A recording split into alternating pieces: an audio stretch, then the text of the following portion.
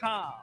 Now, here's your Central VA Flooring Kickoff Show. Starting with our football team. Eli Barnhouse. Escorted by Carrie and Michael Wright, Ed Barnhouse, Bill and Teresa Dunbar. Happy Halloween, everyone, and welcome to another Football Friday night. This is the Central Virginia Flooring pregame show. I'm your host, Todd Tracy, and we got a real spooky matchup tonight down in Timberlake Road as the Jefferson Forest Cavaliers hit the road to take on the Brookville Bees with kickoff starts in another 30 minutes. It's an exciting game tonight, along with Halloween.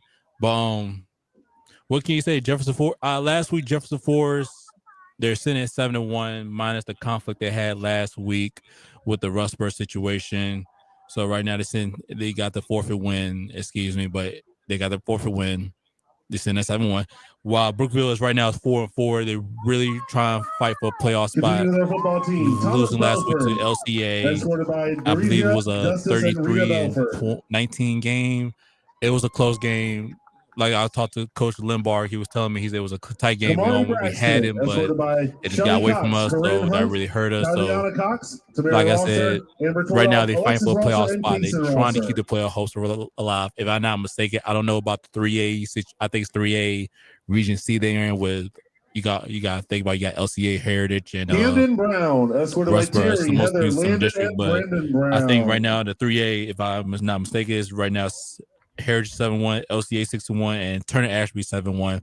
Then right now with JF in the Region D 4A, you got Louisa County, GW Danville, and Sherendo right now. Louisa undefeated 8-0, GW 7-1, and Sherendo 6-3 with JF is 7-1. So I think it's a lot going on tonight. This game really mean a lot for both teams. So it's gonna be an interesting matchup tonight. And I was able to talk to both coaches. They even say it's an important game for tonight. So Eli is also a member of before we listen to the interviews, I had a chance to talk to both coaches. So we can listen to the interviews after this commercial break. So don't go in there. This is the Central Virginia Florida pregame show.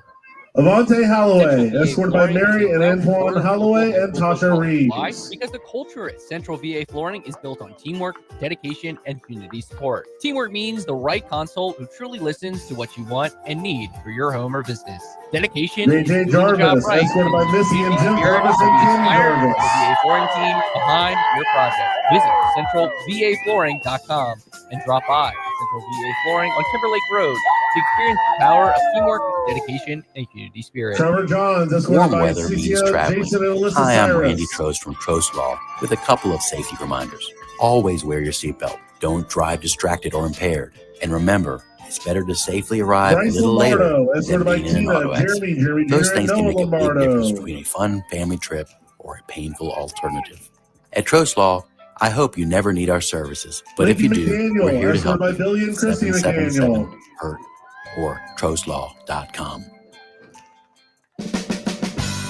Leaks on the offensive line, in the defensive secondary, or with special teams coverage create problems in football. Clyde Smith Plumbing and Heating knows leaks at your home or business create problems too, like building and belonging damage and lost productivity. That's why you should call Clyde Smith Plumbing and Heating at 525-3313 when a leak is threatening your home or business. Clyde Smith Plumbing and Heating at 525-3313, proudly Caleb supporting Morgan, escorted by Crystal Bailey. Participants.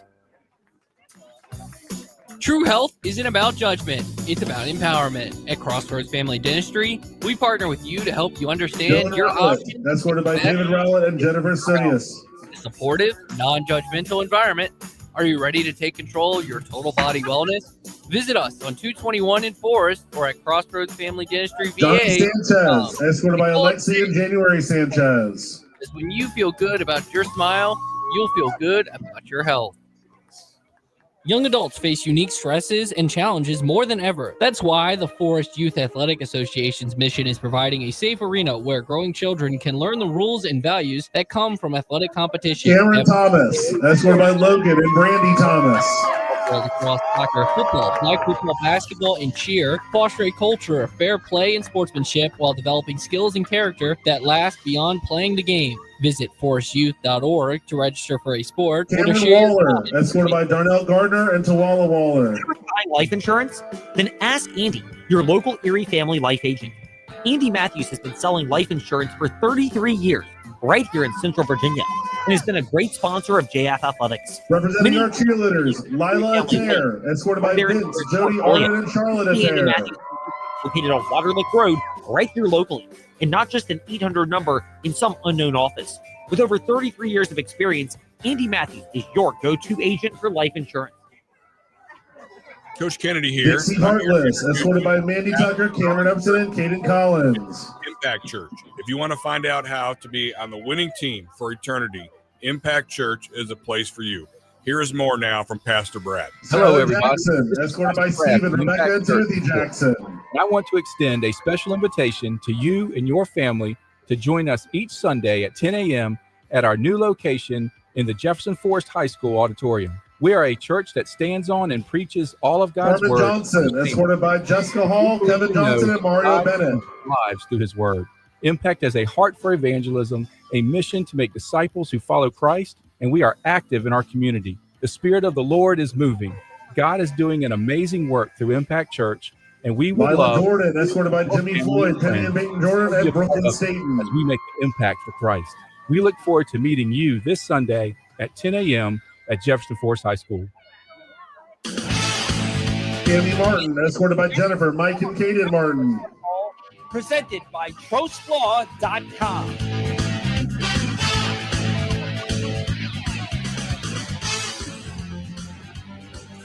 Welcome back to the Central Virginia Flooring pregame show. Santiago, escorted by Rachel LeBounty, Rob Stratton, and Madison Stratton. Next, right now, we have our head coach of the Jefferson Forest Cavaliers, Coach JT Cruz, as he gave his thoughts and take about tonight's Shelton, game. And he also by Sarah, Cindy Stevens, Samaya Shelton. He had a little say about what happened last week as well, so he gave us some more details of what happened and how that happened. So here's Coach JT Cruz for the Jefferson Forest Cavaliers, presented by, everyone, on the Central Virginia Flooring pregame show.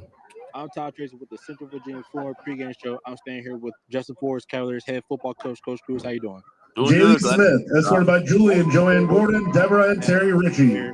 Playing on Friday night. I know some of your players were looking forward to that game, especially with being homecoming. You ended up treating it like a bye week. How were you able to keep your team together and focused after that happened? Representing the cross-country team, Ben Abatacola, escorted by Shannon and Evan Abatacola. Conference day at Bedford County, so we practiced in the morning so that teachers, myself included, could be available for conferences in the afternoon. And so we found out after Monday's practice that Russberg wasn't going to be able to play. Representing the golf team, Dylan Quill, escorted by Mike and Justin Quill. They only get so many opportunities to step on the field and go out there and play with each other. And so to lose out on one of those is, like I said, it's pretty disappointing. Chandler Ferguson, escorted by Monica and Brian Ferguson. We had a really, really good week of practice. It's one of those things where it would have been really easy for them to just kind of, phone it in, knowing, hey, we don't have a game this Friday. We're just going to go through the motions here this Representing week. the one-act competition team, Kyle Brown, escorted by Megan Emanuel and Caden Ferguson. And ultimately, that's kind of what we preach to them every week, right? It's not about Fridays with us. It's about Mondays through Thursdays and the work that we put in there so that we can be the best team possible. Isla Ferguson, escorted by Ben and Amy Ferguson, Megan and Alex Perdeau. We were a better football team this past Friday than we were the Friday before because of the work that we put in throughout the week during practice. Do you feel like the second bye week gave your players a chance to come together, recover, and get ready for the final two games of the regular season? Yeah, I mean, there's always, Emily Furbush, escorted by Sarah and Irish Furbush. But on the other hand, it's they missed out on 4 quarters of game experience, and so there's the downside of that as well. But again, just hats off to my guys for how they handled that, and they were able to shift as Alec Irving, escorted by Amanda and Archie Furbush. Came out to work every day, and again, I feel like we got better last week. Y'all on the road tonight at Stinger Stadium, taking on the 4-4 Brookville Bees. It's a big game for both sides. How important is this matchup for you as they head into the final stretch of the season? Aubrey Pinsker, escorted by Christina Aurora and Adelie Crago.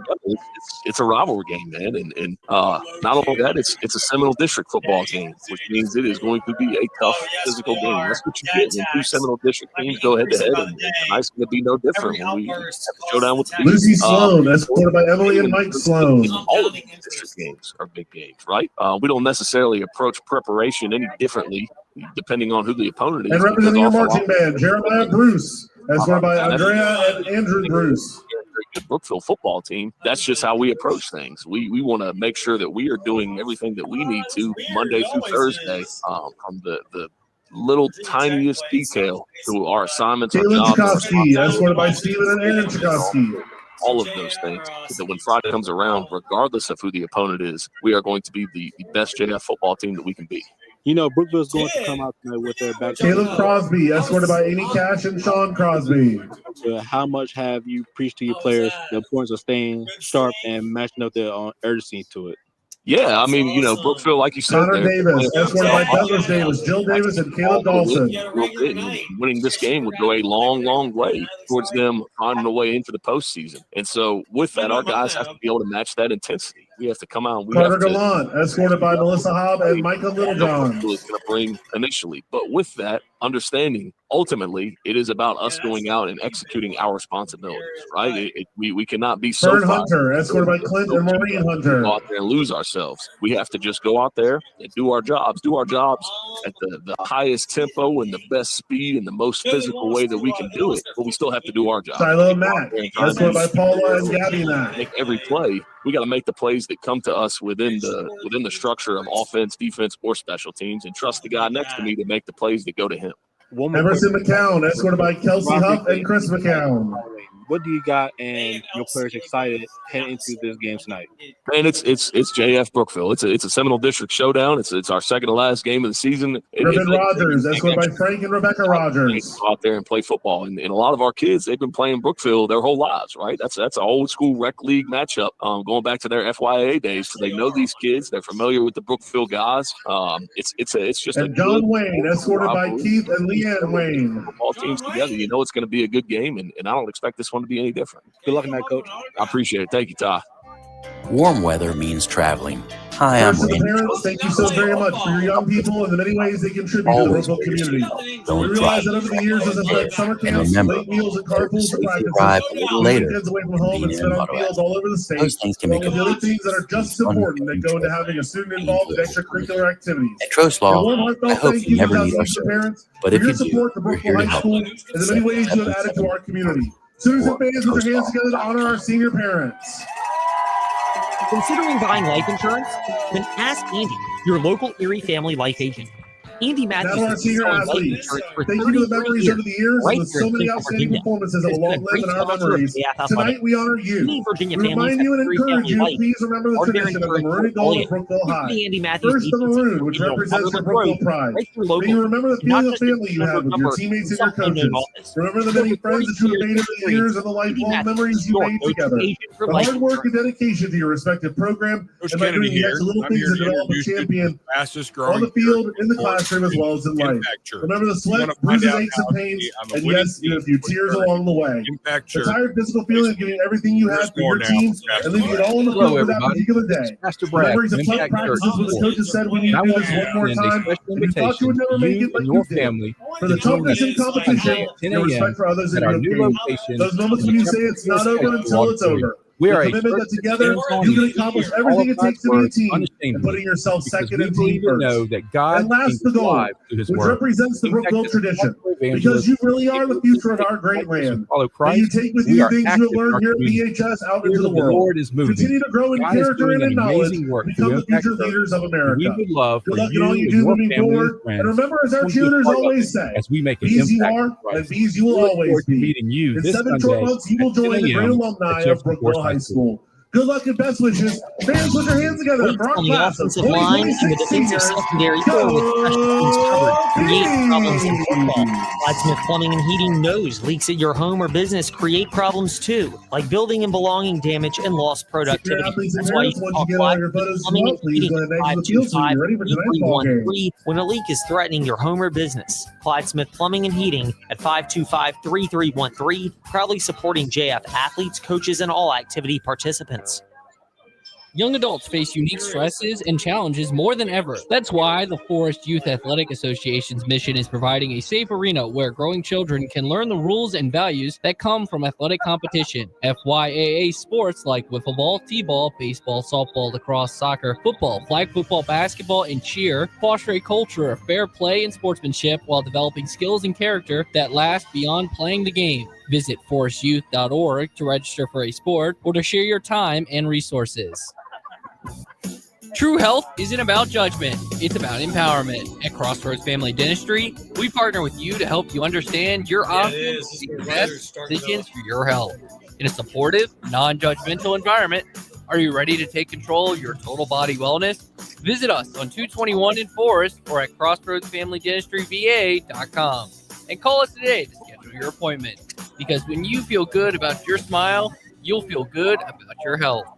This is where it starts. Central VA Flooring is a proud supporter of local high school football. Why? Because the culture at Central VA Flooring is built on teamwork, dedication, and community support. Teamwork means the right consult who truly listens to what you want and need for your home or business. Dedication is doing the job right and the community spirit of the entire VA Flooring team behind your project. Visit centralvaflooring.com and drop by Central VA Flooring on Timber Lake Road to experience the power of teamwork, dedication, and community spirit.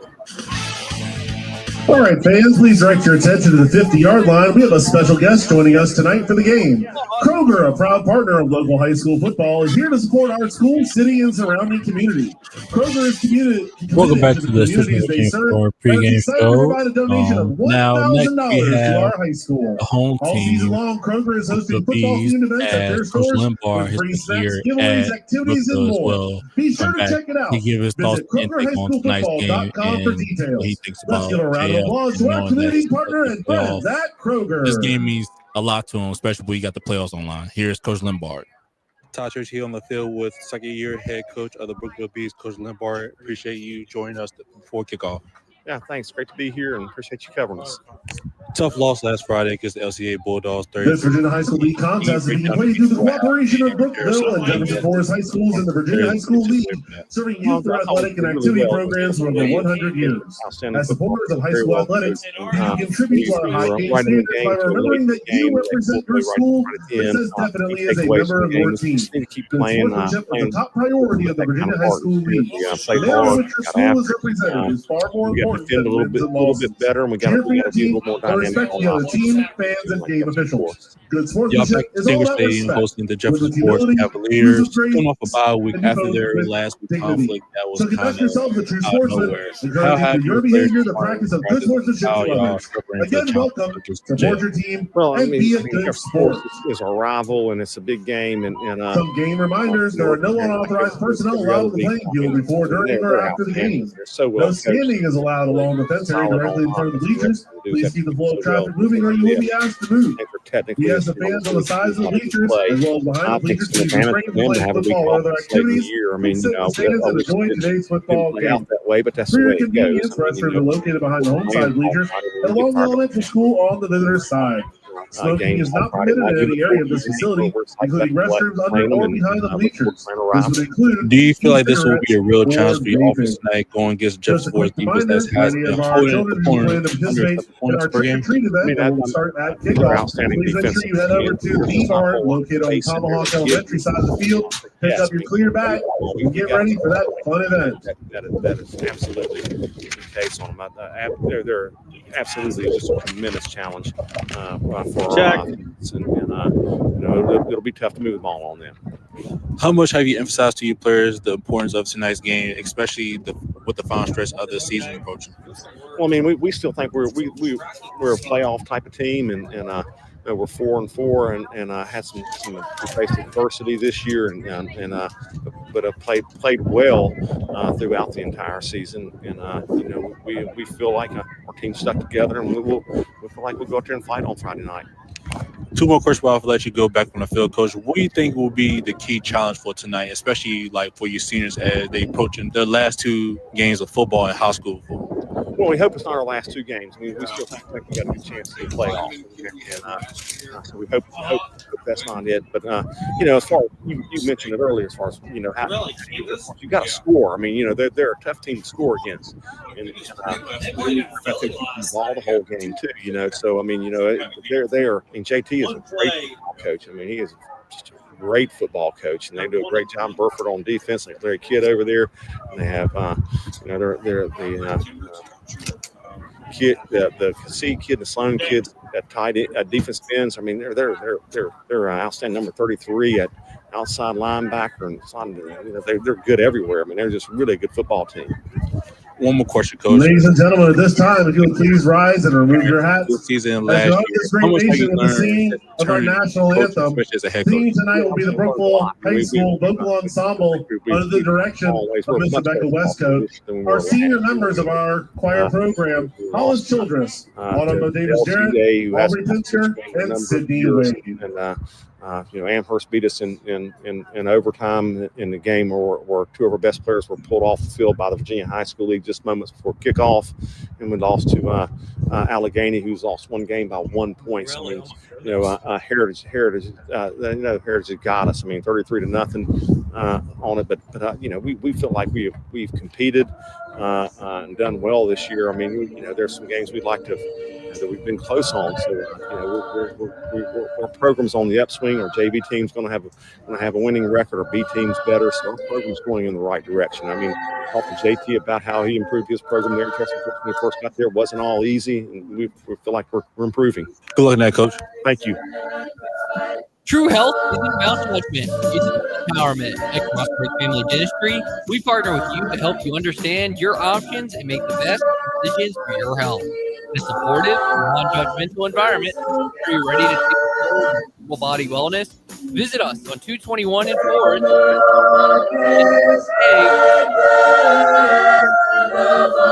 Because when you feel good about your smile, you feel good about your health.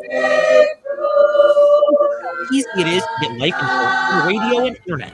What you don't is you may not be getting the very best rate. If you've been needing to buy life insurance, why not buy it from your AF sponsor, Easy Matthews, located right here in Lynchburg. You'll get about buying life insurance. You will have options that are right for your family. Contact Easy Matthews. He's your go-to agent for life insurance.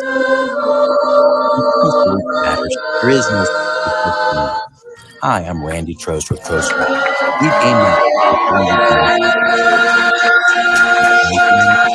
We've handled auto accidents and personal injury cases ranging from simple fender benders to complex tractor-trailer cases. And we're ready to put our experience to work for you. We hope you never need our services, but if you do, just give us a call at 777-PERT or visit us at trostlaw.com. Coach Kennedy here. I'm here to introduce you to the fastest growing church in Forest, Virginia, Impact Church. If you want to find out how to be on the winning team for eternity, Impact Church is the place for you. Here's more now from Pastor Brad. Hello, everybody. This is Pastor Brad from Impact Church in Forest, and I want to extend a special invitation to you and your family to join us each Sunday at 10 a.m. at our new location in the Jefferson Forest High School auditorium. We are a church that stands on and preaches all God's word unashamedly because we believe and know that God changes lives through his word. Impact is a heart for evangelism, a mission to make disciples who follow Christ, and we are active in our community. The Spirit of the Lord is moving. God is doing an amazing work through Impact Church, and we would love for you and your All right, Brookville fans, get on your feet. It's time to welcome into the stadium your Brookville Bees. Central VA Flooring is a proud supporter of local high school football. Why? Because the culture at Central VA Flooring is built on teamwork, dedication, and community support. Teamwork means the right console who truly listens to what you want and need for your home or business. Dedication is doing the job right and the community spirit of the entire Central VA Flooring team behind your project. Visit centralvaflooring.com and drop by Central VA Flooring on Timber Lake Road to experience the power of teamwork, dedication, and support. Leaks on the offensive line, in the defensive secondary, or with special teams coverage create problems in football. Clyde Smith Plumbing and Heating knows leaks at your home or business create problems too, like building and belonging damage and lost productivity. That's why you should call Clyde Smith Plumbing and Heating at 525-3313 when a leak is threatening your home or business. Clyde Smith Plumbing and Heating at 525-3313, proudly supporting JF athletes, coaches, and all activity participants. That's the sound of winter in one of the Forest Youth Athletic Association's most popular sports, basketball. Registration runs October 1st through November 1st. The longer you wait to sign up, your chances of finding a team go from a slam dunk to a half-court heave. So register as soon as possible to ensure your child aged 5 to 18 develops his or her skills while learning principles like fair play and sportsmanship. Visit forestyouth.org to find the league that's best for you and to sign up ASAP. You're listening to Jefferson Forest Cavalier football on Virginia's talk station. Fans, direct your attention to the 50-yard line for tonight's coin toss. For our 100th season, we have been making sure to have honorary captains for each one of our games that represent our past of Brookville High School. But tonight, our honorary captain represents the present and future of our program. Coaches voted on who would be the best to represent the Brookville football program as a senior, and voted on number 3, Trevor Johns. He will be representing the present and future by giving the commemorative coin. Welcome back to the Central Virginia Florida pregame show, and that's it for today. I mean, for tonight for the pregame. Then I'll see y'all in halftime for the halftime and post-game show. Excuse everyone. I mean, it's going to be a good game tonight. Rivalry game, Halloween night. You can expect a lot of emotions tonight, really. But what can I say? I think one thing about Brookville, like he said, Coach Limbar said, they got to score. They got to stop. I mean, they probably going to get probably like the probably the top 2 defense in the Central District between them, Heritage and Jefferson Forest, because I believe that Jefferson Forest hold everybody under 7 points, while Heritage I think holds everybody under 10. So the top two defenses in the Central District. That's like Brookville's goal is going to be a challenge for Brookville tonight, and for JF, I like to see them dominate the trenches. They moved on for last week. Has won the toss and is elected to receive the opening kickoff. They got solidified this win, even though you're seeing that. Your additional captains for Brookville tonight: number 1, Camden Brown; number 6, Maury Braxton; number 7, Lincoln McDaniel; and number 75, Bryce Lombardo. Right now, you're trying to get top. About one team fighting for playoff, one team's fighting for a top seed in the playoffs.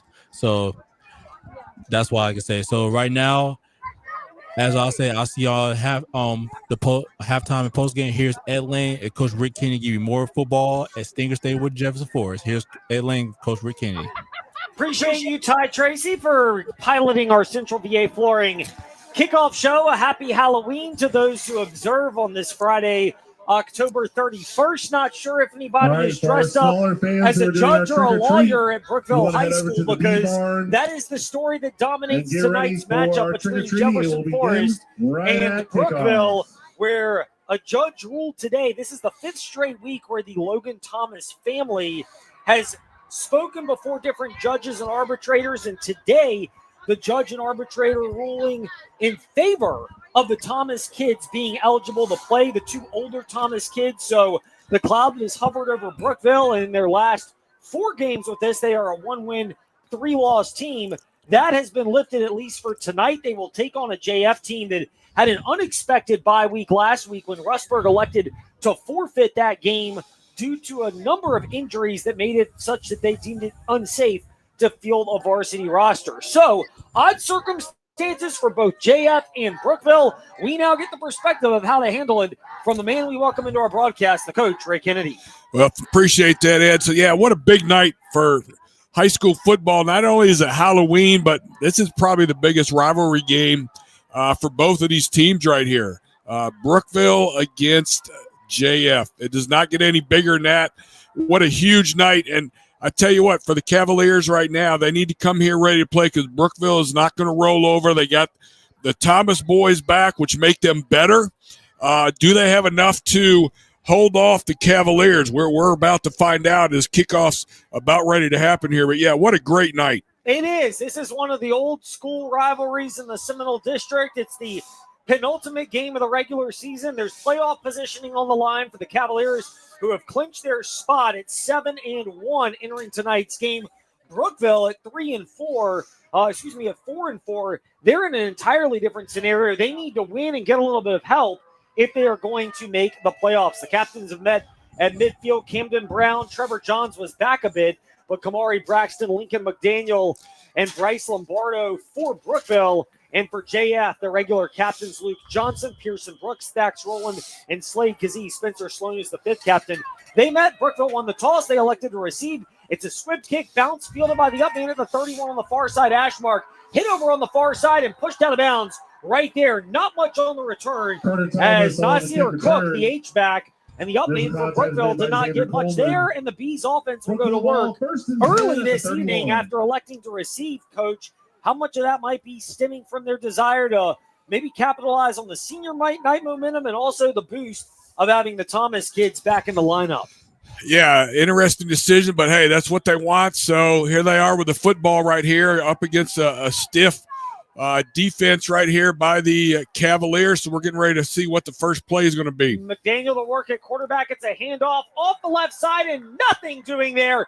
In the backfield was Pearson Brooks. He came sprinting into the backfield with Bryson Spano and brought down J.J. Winstead, who had a big game last week for a loss of one. Yeah, great job right there. Able to make that tackle in the backfield. Nothing really up front right there. He kind of tried to bounce it off the edge, and Spano read that perfect, came up and made a big tackle. So now it'll be 2nd and 11 for Brookville at their own 30. They're working right to left here this evening in a four-man JF front. McDaniel calling for the snap. There's some movement on the line, but nothing serious. As McDaniel takes it, drops back as time. It collapses in the pocket, floats it down the far side of the field. There was nowhere close to a receiver. It bounced at the JF 40 on the far side numbers and rolled toward the sideline, incomplete. Some miscommunication perhaps brings up 3rd and 11. Yeah, nothing there. He was trying to hit a backside slant right there, and that was covered very well. The linebackers did a good job dropping into the throw lane, and after that, he just got pressured and kind of just threw that one away, literally, to not take a sack on that. 11-11 left on the opening quarter scoreboard clock, scoreless. It's the opening drive of the game. Brookville trying to avoid a 3-and-out. They've got it 3rd and 11. JF right now showing a four-man front. They might bring extra pressure. They're threatening to do so. As Winstead is the back, it'll be a pass play. McDaniel takes it, rolls to his left, under duress, fires across the middle, bobbled, and dropped to the 38. Would have been about 2 yards shy of the first down, as that pass was intended for Mark Tedesco, but it was incomplete. And JF had footprints behind him, and it's a quick Brookville 3-and-out. Well, I tell you what, they moved the pocket right there. They sprinted him out to the left, and he made a good throw in there, and the receiver let the ball get in on his body, and it bounced off, and he was not able to catch that, and now the Bees are punting away. Logan Wright on to punt it. He's standing back at his 16, a bit of a high snap, barely gets it away. It's a high but not overly deep kick. Harris is going to tell everyone to get out of the way. It takes a Brookville bounce from the 47 inside the 40, down to the 39. Still good field position for this JF offense. Well, I tell you what, cold, windy night tonight. We were talking a little bit about the weather. This is the first real cold night of the night of the season, and the wind blowing makes it affect the guys a little bit. And it's weird, Coach, because if you're talking a game in January or February, lower 50, upper 40s, low 50s, and some wind, you're so used to it. But when your body's not, that seems to be where it can create some different advantages or disadvantages. JF in motion from left to right. It's Lee. It's a handoff to Fox. Bounces off the left side. Sees an opening. Hits a Brookville defender at the 40. Keeps his legs churning up to the 44. Finally brought down at the 45.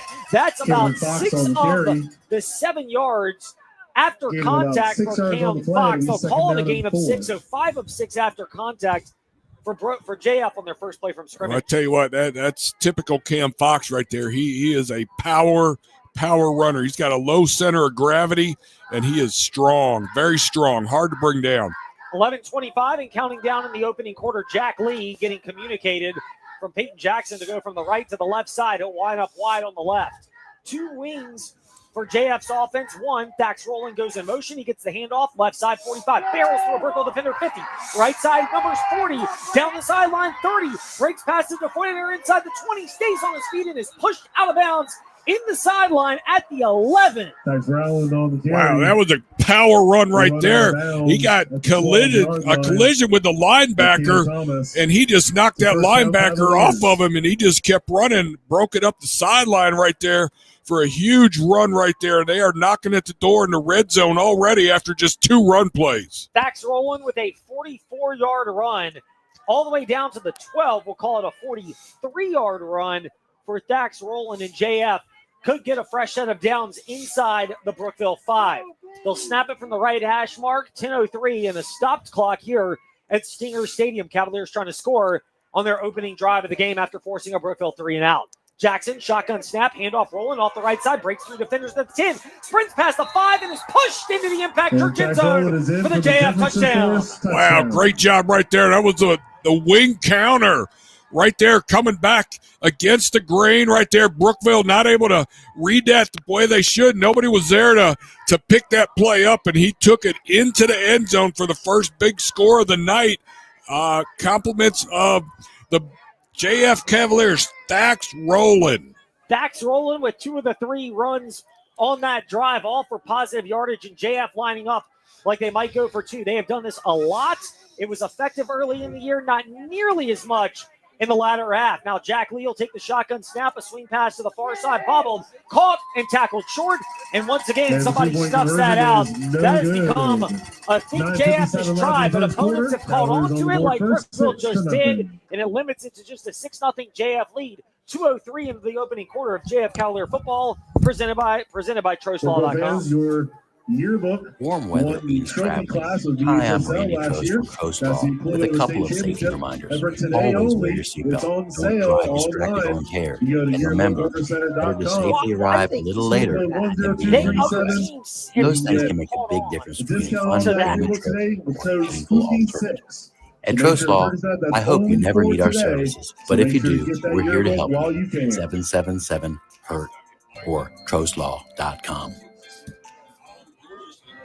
Considering buying life insurance, then ask Andy, your local Erie Family Life agent. Think about, Andy Matthews has been selling life insurance for 33 years right here in Central Virginia. He's been a great sponsor of JF Athletics. Many Virginia families have Erie Family Life as part of their insurance portfolio. Look at the Andy Matthews Agency, located on Waterloo Road, right here. It may not matter, but not just an 800 number in some unknown office. With over 33 years of experience, Andy Matthews is your go-to agent for life insurance. Or just take the delay of game and take the extra point. Cavaliers football presented by TroStlaw.com. 6-0 Jefferson Forest, a 3-play touchdown scoring drive.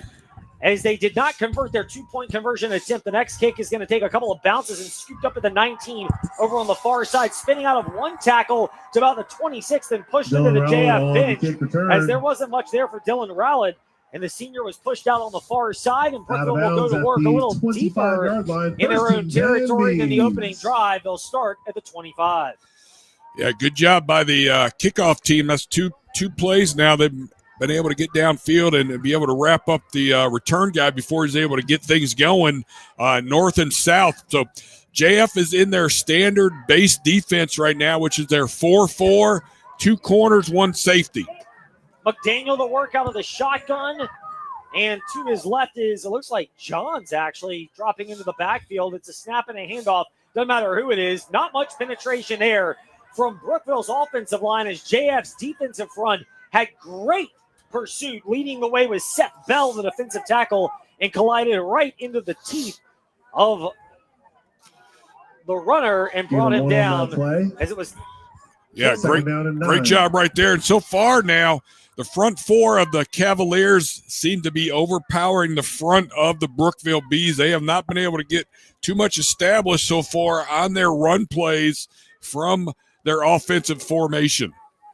And Jefferson Forest, they have been very effective on the trenches in the early going, as that was Carter Thomas who got that initial carry It'll be a play fake to him as McDaniel drops back, tries to float it across the middle, diving at the 50-yard line and pulling it in at the JF 48 was Kamari Braxton. They sucked up JF with that play fake. It's enough for Brookville first down and a pickup of 26. Well, that was play action right there, and their H-back from that wing position just got down the seam, and he was wide open for that play. That's their biggest offensive play so far of the night, coming in this second series right there, hitting the H-back in the seam. Thomas to the left of McDaniel. 1st and 10, just barely in JF territory. He's working right to left. Shotgun snap this time. It's a handoff to Thomas. Breaks through a tackle at the 47. He's upended about the 46. A gain of 3 for Carter Thomas. But there was good penetration from that Brookville offensive line. Pearson Brooks with the stop. 7. Good little misdirection play right there. Kind of following look like pulling guard from the backside, bringing it back across off that edge right there. And Pearson Brooks did a good job coming up, making a tackle, but a good solid 3 yards on that run for the Bees. Bees break the huddle as the clock goes under 8:10 to go in the opening quarter, and sending a man in motion. It's Cam Thomas. Play fake, swing pass left side, 45 of JF. Slipping through one tackle, then brought down by Charleston Harris at about the 42. That was Trevor Johns. Who pulled that one in. It'll set up 3rd and about, we'll call it 3.5. Yeah, that was just a quick screen out here to the Z receiver right there. They had the blockers. They pulled the lineman out there, but a pretty good job by the defense swarming quickly to get a tackle on that, putting them in 3rd and 3 right here. 7.5 to go in the opening quarter. Brookville trying to answer JF's touchdown drive on the B's second possession of the game. In motion, McDaniel takes it, QB keeper on an option play to the right side, pitches it out to the far side, 40-yard line, slipping a tackle 35, spinning out another one. Thomas brought down inside the 30, down at the 27. Cam Thomas on that pitch, and Brookville's offense has found some momentum. Well, I tell you what, they ran a little basically speed option right there. Quarterback was able to keep that, and defense was a little slow getting out on him, and once they finally did, he was then still able to pitch it to Thomas on the edge right there, who got another big 10-yard run on that after he got the pitch. Yeah, it turned out to be about a 14-yard pickup for Cam Thomas. This time a shotgun snap. McDaniel takes it off the left side, slips the tackle at the 30, tries to bounce it out wide to the far side. He's pushed into the Brookville bench. Stacks Rowland ushered him there, and it's a loss of about 2, maybe 3. It'll set up 2nd and long. Yeah, great job by the defense. They strung that out. They almost tried to look like they were running some type of quarterback sweep with him. Now, no pitch man, no handoff. He was just a straight quarterback sweep out there, and the defense just kept stringing it out, and he kept going backwards. That was a loss of 5 yards on that play. 2 receivers to the wide side, 1 to the left, near. Ball on the left hash mark for Brookville, snapping it at the JF 30, 2nd and 13. McDaniel takes it, rolls over to his right, fires across his body, and through traffic, it's caught on the far side, slipping out of a tackle at the 27, and spun down at about the 26 with Carter Thomas, and he's brought down, and it'll set up 3rd and at least a little more manageable. We'll call it 3rd and 8. Yeah, that was about a 6-yard play. And again, what they're doing right now is they're having to sprint out Lincoln McDaniel on that. So that time he sprinted out to his right. He found the receiver in the flats right there who was able to make that catch. But again, fairly good job defensively. And one of the big defensive changes has been for the Cavaliers putting Slade Kazee on the inside. He's actually a defensive tackle right now. Yeah, they've kicked him in recently, and it's worked well. Cam Thomas in motion, snap, handoff left side. Nothing doing there. JF drove into the backfield and brought down J.J. Winstead. That was a no-gain play, maybe a loss of a couple. And we'll call it a loss of 2. They do not get the forward progress, so it'll bring up 4th and 10, and Brookville's offense stays on the field. Yeah, 4th and 10 right here. This is big right now. They could pin the Cavaliers back if they punt. I mean, 4th and 10. It's different if it's 4th and 3, 4th and 4. They're going for it at 4th and 10. Yeah, it's kind of a no man's land at the 27 of JF, so it would be about a 45-yard field goal.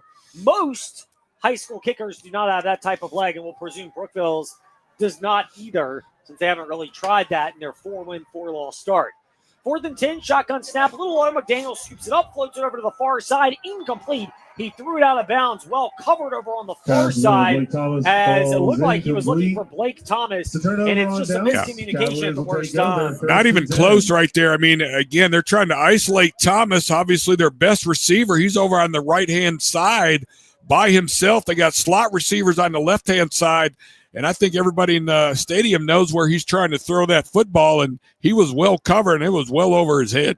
Yeah, just incomplete over on the far side, and Brookville, some miscommunication at one of the worst times that you could potentially expect it, and now they give it back to a JF offense that took it to the Impact Church end zone on just 3 plays of the opening drive. JF working in their white pants, white jerseys with black numerals and red trim, black helmets with a white JF, red outline and a red face mask against the all-maroon Brookville with the yellow numbers. Pitch play, Coleman, right side, slips out of a tackle, 30, stays on his feet past the 35. He gets toward the sideline, but not quite there. He's pushed down at about the 39, gains 12, and Xander Coleman moves the chains for AJF first down. I'll tell you what, that was rocket sweep right there. That's one of their bread and butter plays, and they got it in the hands of their most athletic player in Xander Coleman. And again, great job securing the edge right there. Good blocking on the edge by Jack Lee out here in this wide out position on the corner, and everybody just doing their job.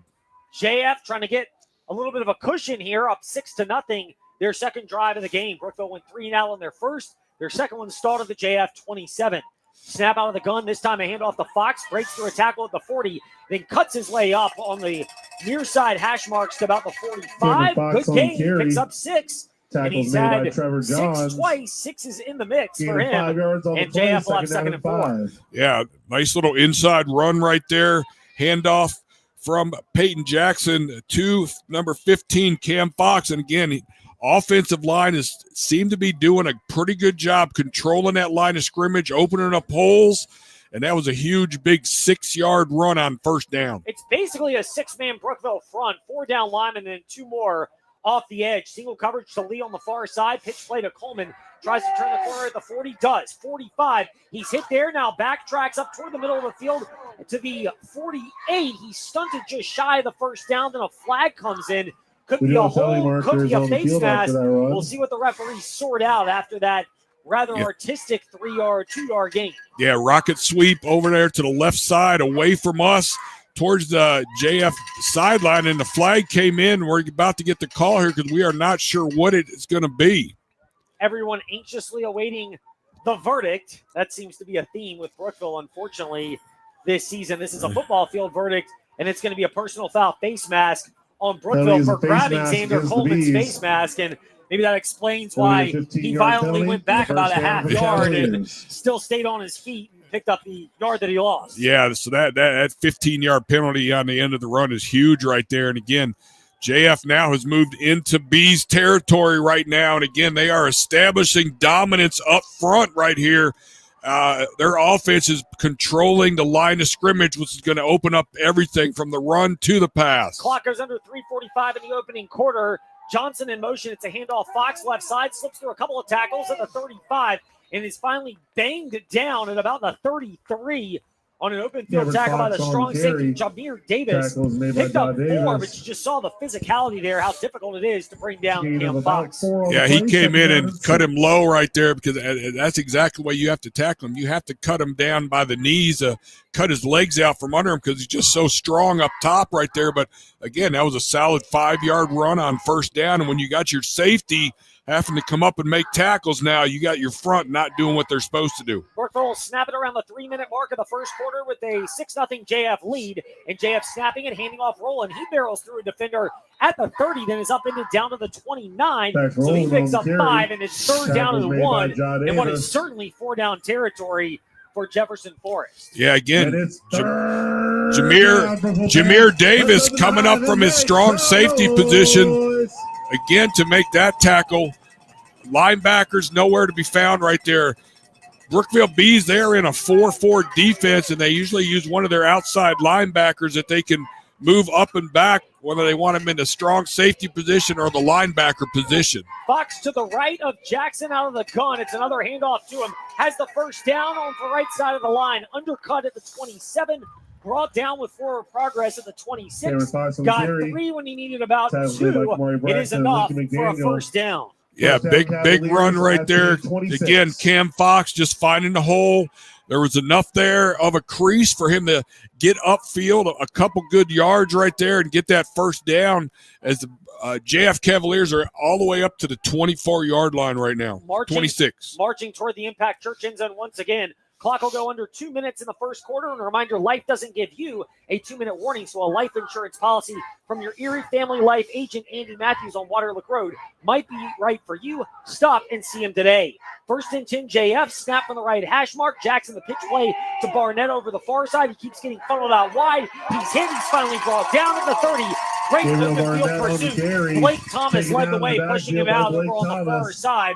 And it'll bring up second down and 14 for JF. Well, the Bees finally did a good job on that rocket sweep right there. They had enough help defensively coming up that it basically strung that sweep out, and there was nowhere to turn up for any kind of yardage. Now there's a huge loss right there for the Cavaliers, one of their first negative plays offensively in this first quarter. Yeah, big time for Brookville. They needed one of those to get JF further behind the chains, as it'll be second and 14 for the Cavaliers. Clock at 1:08. It drops down in the first quarter.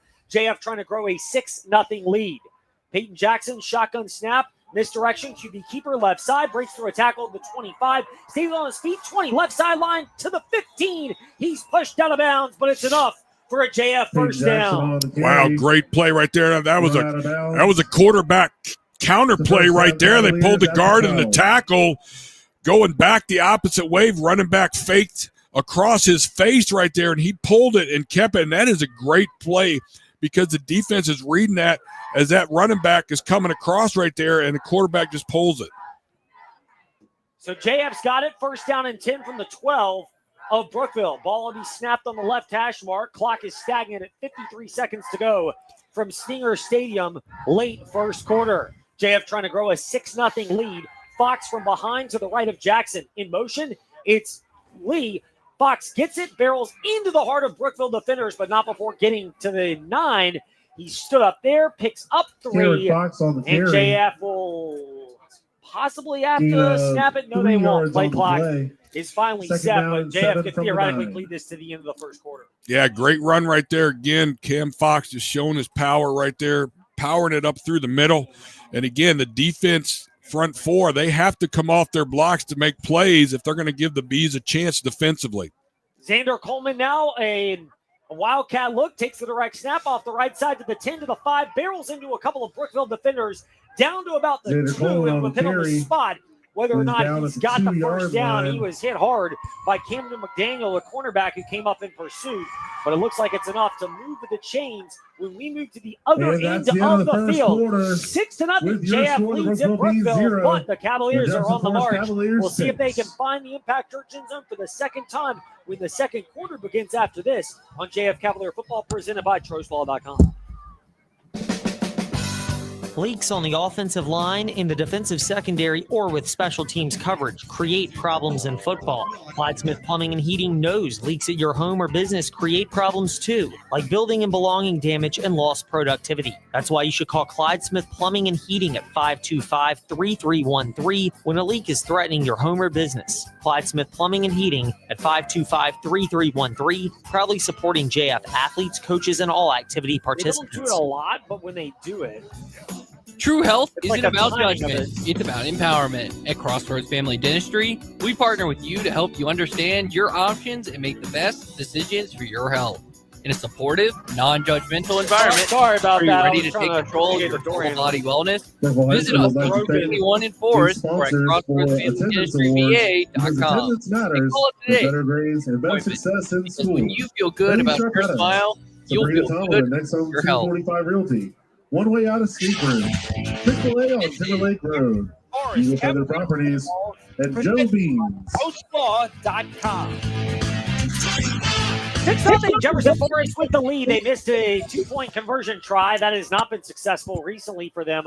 After their initial touchdown, they keep going for 2. It worked early in the year, not so much later, but they have a chance to build their lead on 1st and goal from the Brookville 2.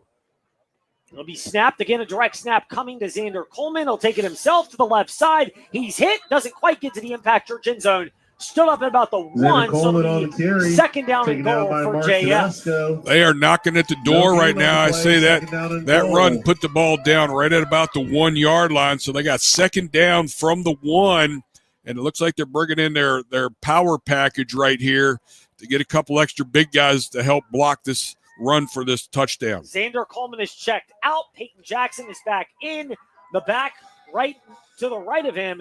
Out of the shotgun is Cam Fox. Snap this time it is a handoff to Fox. He plunges over the right side of the line. Does he get enough to the Impact Church end zone? Yes, he does. Touchdown, JF. There you go. Cam Fox doing his best NFL version of diving over the pile, and that is enough to get in the end zone and get the score for the JF Cavaliers. And they did send their field goal kicker, extra point kicker on to give this another point. So JF going with the more traditional point after right now. It is a 12-0 game, and they'll send Austin Walker on to try to make it 13. Calling for it, a little bit of a high snap, taking it over to the right side now, trying to find his way toward the corner of the Impact Church end zone. Diving, yes, for the two-point try. What a play by Jack Lee to recognize that snap was high, and he would not get it down in time. He just sprinted to the right pylon on the front corner of the Impact Church end zone. The ball collided with the pylon. That means the two-point try is good, and it's 14-0 Jefferson Forest with the lead. We will recap that and look ahead to how Brookville answers when we return on JF Cavalier Football presented by TrostLaw.com. Central VA Flooring is a proud supporter of local high school football. Why? Because the culture at Central VA Flooring is built on teamwork, dedication, and community support. Teamwork means the right consult who truly listens to what you want and need for your home or business. Dedication is doing the job right, and the community spirit of the entire Central VA Flooring team behind your project. Visit centralvaflooring.com and drop by Central VA Flooring on Timberlake Road to experience the power of dedication and spirit. Young adults face unique stresses and challenges more than ever. That's why the Forest Youth Athletic Association's mission is providing a safe arena where growing children can learn the rules and values that come from athletic competitions. FYAA sports, football, t-ball, baseball, softball, lacrosse, soccer, football, they lose two starting offensive fostering culture, fair play, developing skills and character that last beyond playing the game. Visit forestyouth.org to register for the sport or to share your time and resources. You're a power lifter within Feats of String Ministry. This is Jefferson Forest Cavaliers football presented by TrostLaw.com. 14-0 Jefferson Forest. They got the touchdown. They were going to go for the extra point, but the snap was high. Jack Lee noticed it, grabbed it, just took off and got to the Impact Church end zone to make it 14-0. Now the squib kick bobbled, and Brookville just wisely falling on it at the 28-yard line. May not be the ideal thing that fans wanted to see, but that's a real heads-up play by the freshman Carter Thomas. Should not be a surprise given he's part of the Logan Thomas family tree that has got high IQ on that play. And, you know, I know you'd like to see a return if you're a Brookville fan, but that ball was kind of bobbling and rolling around, and you don't want to risk just giving it to JF on a short field. Yeah, that was probably a wise decision just to jump on it because it is, again, with the colder night, the ball, the leather feels different being cold like that, and sometimes it's hard to grab onto. And so Brookville will get it at their own 30 off the right hash mark. They move the ball much better on drive number 2 than their 3-and-out opening drive, but they trail JF 14-0, 11-11 to go in the second quarter. McDaniel calls for a man to go in motion. It's Cam Thomas. He'll take it himself. McDaniel will. Tries to go up the gut. Does. Good gain of about 3 right up the middle. He's hit and brought down. Slade Kazee, who's kicked into defensive tackle, was joined by Spencer Sloan. They bring him down. It'll be 2nd and 7. Yeah, good little run, little inside run right there by Lincoln McDaniel. And I think one of the things that the Brookville Bees are recognizing is they have to come up with some offensive plays that are quick hitting. The ones that are taking longer in the backfield to develop, the defensive front is just too good at penetrating. 3 receivers to the wide left side of the field for Brookville, 1 to the short right. McDaniel calls for the snap out of the gun. It's a pass play. He drops back. He's under duress. Floats it down the middle of the field and in stride, 35-30, and brought down the 25. He found Blake Thomas. He hung in there. McDaniel did. He was hit as he threw, but he hung in there and brings him down. And another Brookville first down. Well, I'll tell you what, they threw the bomb. They went for the home run play. It was a deep, deep post. run by Blake Thomas, and he had great position, and the quarterback put it right on the money where it needed to be. So that was a huge play for the Bees to give them a little bit of life right now as they are down 2 touchdowns to none. 45-yard catch by Blake Thomas, and he had a step on the JF defender. It wasn't more than that. JF was able to bring him down, but the big play puts Brookville in business, down 14-0 at JF 25. Shotgun snap called for by McDaniel. He floats it all on the bubble screen to the far side. Hit, body slammed over on the far side, and incomplete. They wanted to get it to Dylan Rowlett, and coming right in there for JF, body slamming him. It was Thax Rowland, who has had a heck of a game so far on both ends. It's a loss of 2. They'll call it a completed catch instead of incomplete.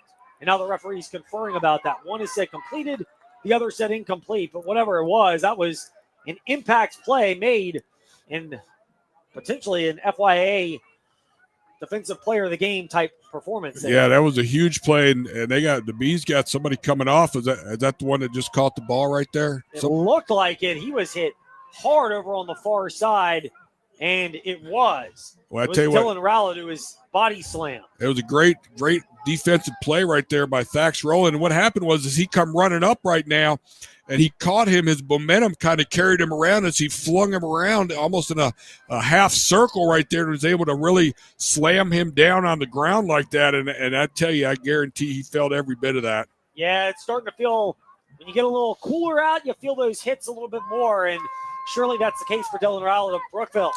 2nd and 10, Bees after all that. 9:41 to go second quarter. Brookville looking to get on the Stinger Stadium scoreboard, down 14-0. McDaniel calls for and takes the shotgun snap, looks to his right, fires. Sky-eye catch made, 26, slipping out of the tackle at the 25. Now 3 Cavalier defenders converge to bring down Cam Thomas. Good play. You can see just the physical capabilities of Thomas in a gain of about 3. Third down for the Bees. Yeah, again, the Bees right now have figured out for them really to move this football, they're going to have to do it through the air. And that time, again, a decent little out route, getting the throw out there on time, and a good job by another one of the Thomas boys. That was Cam Thomas making that catch, breaking the initial tackle to get a little bit of yardage. You can see the difference that they make just from a physical skill set perspective. Blake Thomas, the one receiver to the tight, wide right side, 3 to the left. Probably another pass play coming. It is from McDaniel. Looks to his left, floats it over to the left. Ball is tipped in the air and incomplete. Pearson Brooks got a handle on that. Xander Coleman could not quite back up his body to bring that one in as they were looking for Cam Thomas on the slant. And Brookville almost has to keep the offense on the field, given the way the Cavaliers have marched on the other side. Yeah, again, they were trying to force that ball in right there. Again, quarterback Lincoln McDaniel is targeting the Thomas brothers to make his catches right now, and that was not a bad throw. It was a little bit high, but again, the defense in position to try to slow that down. What does Mark Lindenberg dial up on 4th down and 8 from the JF 23? Bees need to get to the 15. There is no movement as Brookville went with the hard count, and Brookville will call the timeout. So we'll take it with them and see what the Bees draw up, where they'll probably go for it on 4th down when we return, trailing 14-0 mid-second quarter on JF Cavalier Football, presented by TrostLaw.com. Warm weather means traveling. Hi, I'm Randy Trost from Trost Law with a couple of safety reminders. Always wear your seatbelt. Don't drive distracted or impaired. And remember, it's better to safely arrive a little later than being in the wreck. Those things can make a big difference between a fun family trip or a painful alternative. At Trost Law, I hope you never need our services, but if you do, we're here to help you at 777-HURT or TrostLaw.com. This is Jefferson Forest Cavaliers football, presented by TrostLaw.com. 4th and 7 for Brookville, coming off 4th and 8, we'll call it. They need to get to the JF 15. They've got it at the Cavalier 23, down 14-0, 8:45 to go second quarter. McDaniel calling for the shotgun snap. One receiver to the right side. He's looking that way. Now floats it over the left side. Has one open, sliding at the first E and B's. And the impact for end zone is Trevor John. He pulls it in for the Brookville touchdown. Well, he had just enough time to get that throw off. Again, it was a slant route coming to the inside. He was able to bypass the safety and make a sliding catch just inside the goal line. Actually, is he in the – yeah, inside right there for the touchdown. Now they're sending out the extra point team. A great catch play by Trevor Johns. He slid down, adjusted back to that ball, and Brookville will line up to attempt the extra point with 8:39 to go in the first half.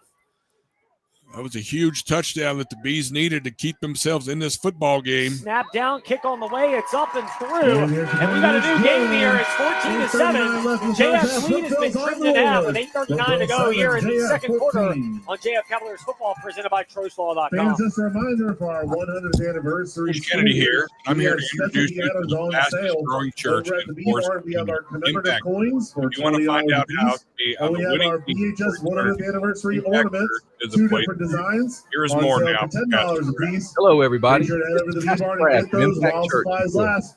Those And I are want to limited extend a quantity and special will not be purchased you again. and your So family make sure to get join those us while this supplies Sunday at last. 10 a.m. at our new location in the Jefferson Forest High School auditorium. We are a church that stands on and preaches all of God's word unashamedly because we believe and know that God changes lives through his word. Impact has a heart for evangelism, a mission to make disciples who follow Christ, and we are active in our community. The Spirit of the Lord is moving. God is doing an amazing work through Impact Church, and we would love for you and your family and friends to come be a part of it as we make an impact for Christ. We look forward to meeting you this Sunday at 10 a.m. at Jefferson Forest High School. This is Jefferson Forest Cavaliers football presented by TroSlaw.com.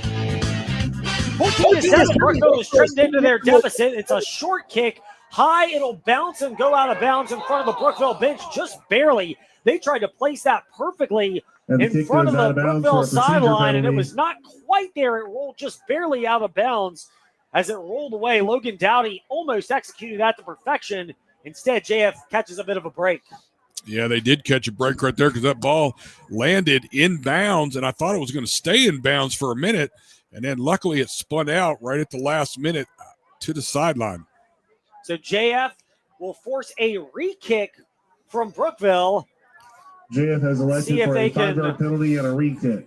They can get something off the 5-yard penalty. Brookville had a bunch of gunners that sprinted down the sideline and maybe seeing if they get a little more fatigued. Well, I tell you what, JF really quick make some adjustments right there and realize they got to field that football if it stays in.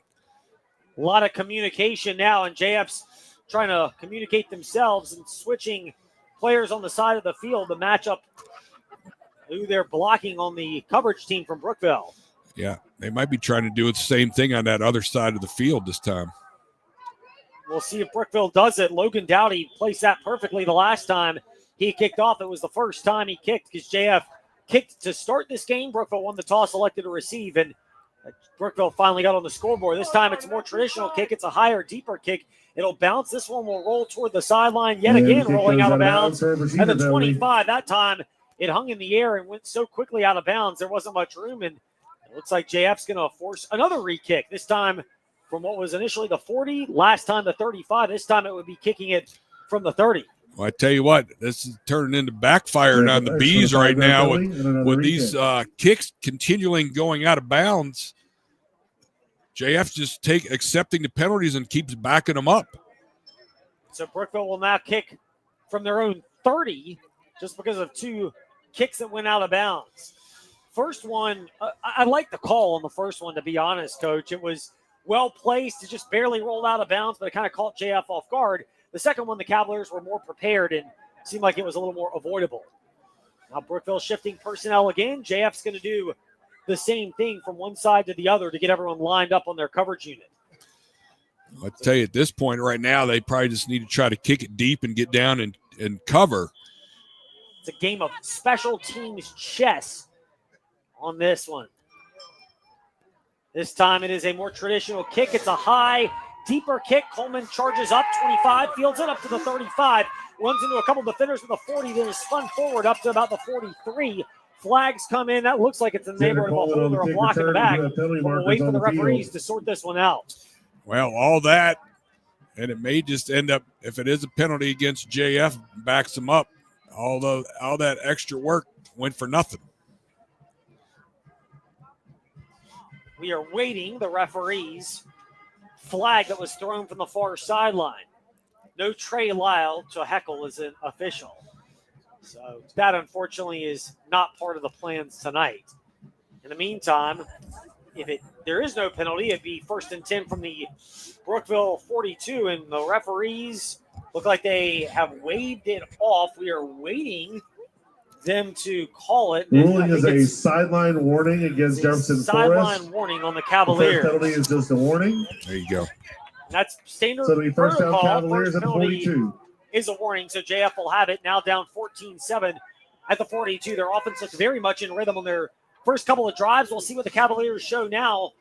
Still up, but it's 14-7, 8:33 to go second quarter, and a handoff to Thax Rowland. Breaks out of a tackle at the 40, past the 45, up to the 50-yard line. Keeps his legs churning. He's hit there, now keeps him fighting into Brookville territory. Look like he'll be about a yard shy of the first down over the far side. Good physical 9-yard run from Rowland. Yeah, that was another big play. Once his momentum finally got stopped, he was still vertical. And then you get all the offensive and defensive guys pushing each other. And that time the pile moved forward another few more yards before it finally stopped. Second down and only 1 yard. Rowland playing like he wants to be the FYAA Offensive Player of the Game with how he's performed so far. But a long game to go. It's 14-7 JF. Clock under 8 minutes to go, under 7:50 to go. Fox in the backfield. It's a play fake to him. Jackson has it. He drops back. Now flush rolls to his right. Flag comes in. It's thrown across the field. Nearly intercepted. It's bobbled on the far side. The strong safety, Jameer Davis, read it. And it's intercepted. Holding against the Cavaliers. Adds an insult to the Cavalier injury. It's going to be a hold on the Cavaliers after that near interception. Well, I tell you what, that almost turned into a big mistake right there for Peyton Jackson. Brookville had an opportunity to possibly intercept that down the field as he ended up kind of getting some pressure and sprinted out and ended up being a hold against the Cavaliers. So it goes back basically to the original line of scrimmage. It's a yard away, the 41 of JF. They've got it, 2nd and 11. Still up 14-7, but it feels like that momentum is kind of stalled out. 7.5 to go second quarter. This time it's a snap, pitch play to Coleman, left side, good block, 40, slips a tackle, left side 45, breaks another one at the 50, and he's inside Brookville territory. He's shoestring tackle by Jameer Davis at the 45. He lunged down to the 44, first down JF. I'll tell you what, we're seeing the athleticism and the ability of Xander Coleman being able to run in open field right there after he made his initial move to get around one of the defenders who was potentially able to make that tackle for a short gain. He then turned down the jets and got upfield, got by the safety coming over, and got a few more yards for a huge run. So it's a 16-yard pickup for Xander Coleman. Resets the downs for JF. They'll snap it from the Brookville 43. This time it's a handoff to Coleman, left side. There's a hole off a blitzing linebacker, and he breaks through that at the 40, down to the 38. There is another flag, it looks like, on the field. It looks like it's a yellow flag, although it could be a yellow mouth guard or yellow socks as we wait to figure out what this is. Well, I tell you what, Brookville is trying to blitz right here. They had their linebacker coming up right there full speed. I don't know if he got across the line before the ball got snapped. We wait the ruling. Nope, it's going to be a hold on Jefferson Forest. Cavaliers. 10-yard penalty from the slot. Back up JF from the 40 to the 50 and set him up with 1st and 17. Yeah, JF making some mistakes right here with these yellow flags coming in on them. They are getting some penalties called, and that's kind of slowing down their progression right here. They need to settle down and stop hurting themselves with these penalties because they are able to move the ball against the Bees. Peyton Jackson trotting in from the sideline with the play call on 1st and 17. Brookville, they've gotten more aggressive defensively. They've thrown it a lot offensively and found some rhythm, and they've eaten in. It's now a 14-7 JF lead. Handoff, pitch play to Coleman, left side, right side, breaks through one tackle, the 45, past the 50, and just trots out of bounds at the Brookville 45. It'll bring up 2nd and 12. Thomas was there. Blake Thomas, that is, helped stunt that run. Yeah, going back to the outside with the rocket sweep right there. And again, the Brookville Bees in their 4-4 defense right now, they are just really piling people up into the box right now. They got the corners playing in tight. They got the safety staying in the middle of the field, but other than that, they are trying to get as many guys in the box as they can to slow down the run. Coleman was only given a 3-yard gain, so it's 2nd down and 14. This time Jackson takes it, floats it to Coleman.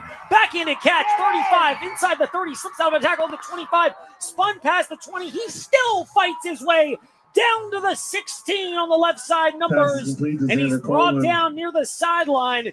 Big play by Xander Coleman. I tell you what, Xander Coleman, he is their best athlete, and he got outside and got up the sideline, and it was a good throw by Peyton Jackson outside over the top of the defense, and Xander Coleman able to pull that thing down and get some momentum going upfield, turn on the Jets, and had a huge play for the Cavaliers. Known for his speed and elusiveness, agility, athleticism, whatever phrase you want, Xander Coleman showed some power on that one to give JF the first down in the shallow red zone. It'll be snapped from the left side hash mark at the Brookville 16. JF trying to build on that 14-7 lead. Handoff, Fox breaks through a tackle at the 15, just picks his way down to about the 12. As Cam Fox, good run there. Nothing pretty about it, but if you're JF, you will take it. Yeah, big run right there between the tackles. Again, offensively, the front 5 are doing their job against the 4-man front of the Bees right now. Even with the linebackers trying to do some run blitzing right there, they're able to pick up some blocks right there. A good 5-yard gain on that first down. So now it's 2nd down. We'll call it 4-yard gain. 2nd and 6 from the Brookville 12. Fox to the right. It's a snap, bobbled on the ground, and Dax Rowland and Peyton Jackson just have to fall on it. Back at about the 14. A loss of 2, which it's not great, but all things considered, that could have been a lot worse. Well, I tell you, that's another one of those little mistakes right now that could be costly right here. They missed an opportunity right there on that play with the fumble between Jackson and Dax Rowland right there for another loss of 2 yards, putting him at 3rd and 7. Yeah, 3rd down and long, 3rd and 7 for JF. They need to get to about the Brookville 6. 5:18 counting down in the second quarter. This time it's a misdirection handoff. Rowland, he's hit, keeps churning his legs inside the 10, down to about the 9 before he's pushed back. It'll bring up a 4th down for JF and a huge defensive stand opportunity for the Bees and a huge opportunity for JF's offense on what will be about 4th and 3.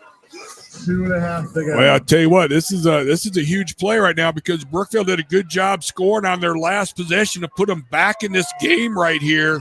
They're down only 1 score, and Brookville has to get a stop right here to hold this momentum from what the This time Johnson goes in motion. JF pointing at a Brookville player that moved. Referees are not biting on it, so it's a snap. Jackson fakes the handoff, keeps it himself, lunges down to the 5-yard line. It should, and it is enough for a JF first down. Wasn't pretty, but it keeps the drive alive for JF and sets up 1st and goal. Wow, that was a huge play right there. And you had Peyton Jackson taking it himself up the middle right there, able to find enough of a hole to get himself through and get that first down for the Cavaliers. What a big play. Coach Cruz going for it on 4th down in Brookville territory. Now it's 1st and goal from the 5. Xander Coleman in at quarterback in the Wildcat formation where it's a direct snap to a skill player. Coleman has it, tries to cut over to the right side. He spun out of the tackle, stays on his feet, and is pushed back. Gained maybe a yard on the far side, just inside the 5. It's 2nd down and goal coming up for JF. No gain on the play. Yeah, in the Wildcat formation right there, they go ahead and pull Peyton Jackson out, let Xander Coleman take a direct snap right there, and a pretty good job by the defense, able to hold that to a minimal gain right there against the Cavaliers on that Wildcat run. 3.5 to go in the second quarter. JF trying to create a little bit more of a cushion on their 14-7 lead at Brookville. 2nd and goal. We'll call it from about the 4.5. To the left of Jackson, it's Cam Fox, the junior running back, and it's a handoff to him. He breaks through a tackle at the 5, keeps his legs fighting down to about the 4. There's not much else there. They might give him the 3, but well shy of the Impact Church end zone. I tell you what, again, the Bees are stiffening up on defense right here. their 4-4 defense is starting to make some impact on some of these run plays right now. They are in a tough goal line stand right here. And for the Cavaliers now, they need to figure out what they can do as they're about 3 yards from pay dirt. Looks like they are not going back to the Wildcat. They keep Jackson in at quarterback. Xander Coleman in the slot off to the right side. Jack Lee, the wide receiver to the left side on third down and goal from the 4. This time a handoff. Jackson fakes the handoff, keeps it, bounces out toward about the 1. He did not get to the Impact Church end zone. He'll be shy and a huge fourth down coming up for JF. Wow. I thought he got close to getting in, but he is a good yard short of the goal line right now. And another fourth down play. Time is fourth and goal, and Brookville will spin their second timeout. We will take it with them. Huge play coming up when we return on JF Cavaliers football, presented by Trostall.com, as it's 2:06 to go in the second quarter. JF trying to build on a 14-7 lead. What if you knew that true health and wellness starts in your mouth? At Crossroads Family Dentistry in Forest, we believe your oral health is a window into your overall body health. Your mouth isn't a separate entry, it's a critical part of a complex system. That's why we take a co-diagnostic approach.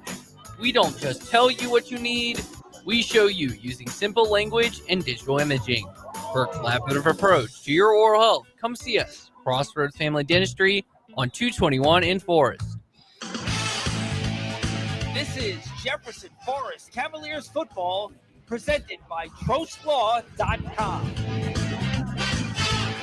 Fourth down and goal from the 1 for JF. They break the sideline and the huddle over there, and they go straight up to the line of scrimmage. We'll see what JT Cruz has dialed up to try to extend this 14-7. JF lead at Brookville. Clock shows 2:06 in the second quarter. Jackson, the snap, rolling in motion, gets it on a handoff off the left side. Saw a wide open seam between the two E's into the middle of the Impact Church end zone for a big JF touchdown. Wow. Coach Cruz dialing up exactly what he needed in that fourth down play. Gave it to his big senior, Thax Rowland, and he was able just to power that through, had enough space for him to just power into the end zone and put the Cavaliers back on top of potentially 2 scores with this extra point. Austin Walker on to attempt the extra point. We'll see if the snap hold kick can be smoothly executed. It's a little high of a snap, but it's pulled down well by Lee, and Walker bangs it down the middle to make it 21-7. JF leading at Brookville. 2:02 to go in the second quarter on JF Cavalier football, presented by Trostall.com.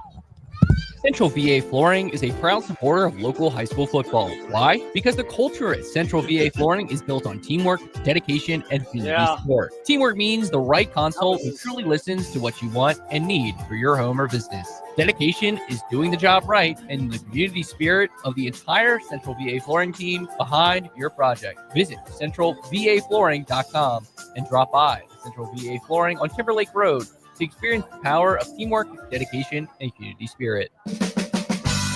Leaks on the offensive line, in the defensive secondary, or with special teams coverage create problems in football. Clyde Smith Plumbing and Heating knows leaks in your home. Yeah, for sure. It's worked well for him. Like building and belonging to rhythm. Productivity. That's why you should call Clyde Smith Plumbing and Heating at 525-3313 when a leak is threatening your home or business. Clyde Smith Plumbing and Heating at 525-3313, proudly supporting JF athletes, coaches, and all activity participants. This is Jefferson Forest Cavaliers football. 2 of them, and one of them is a freshman.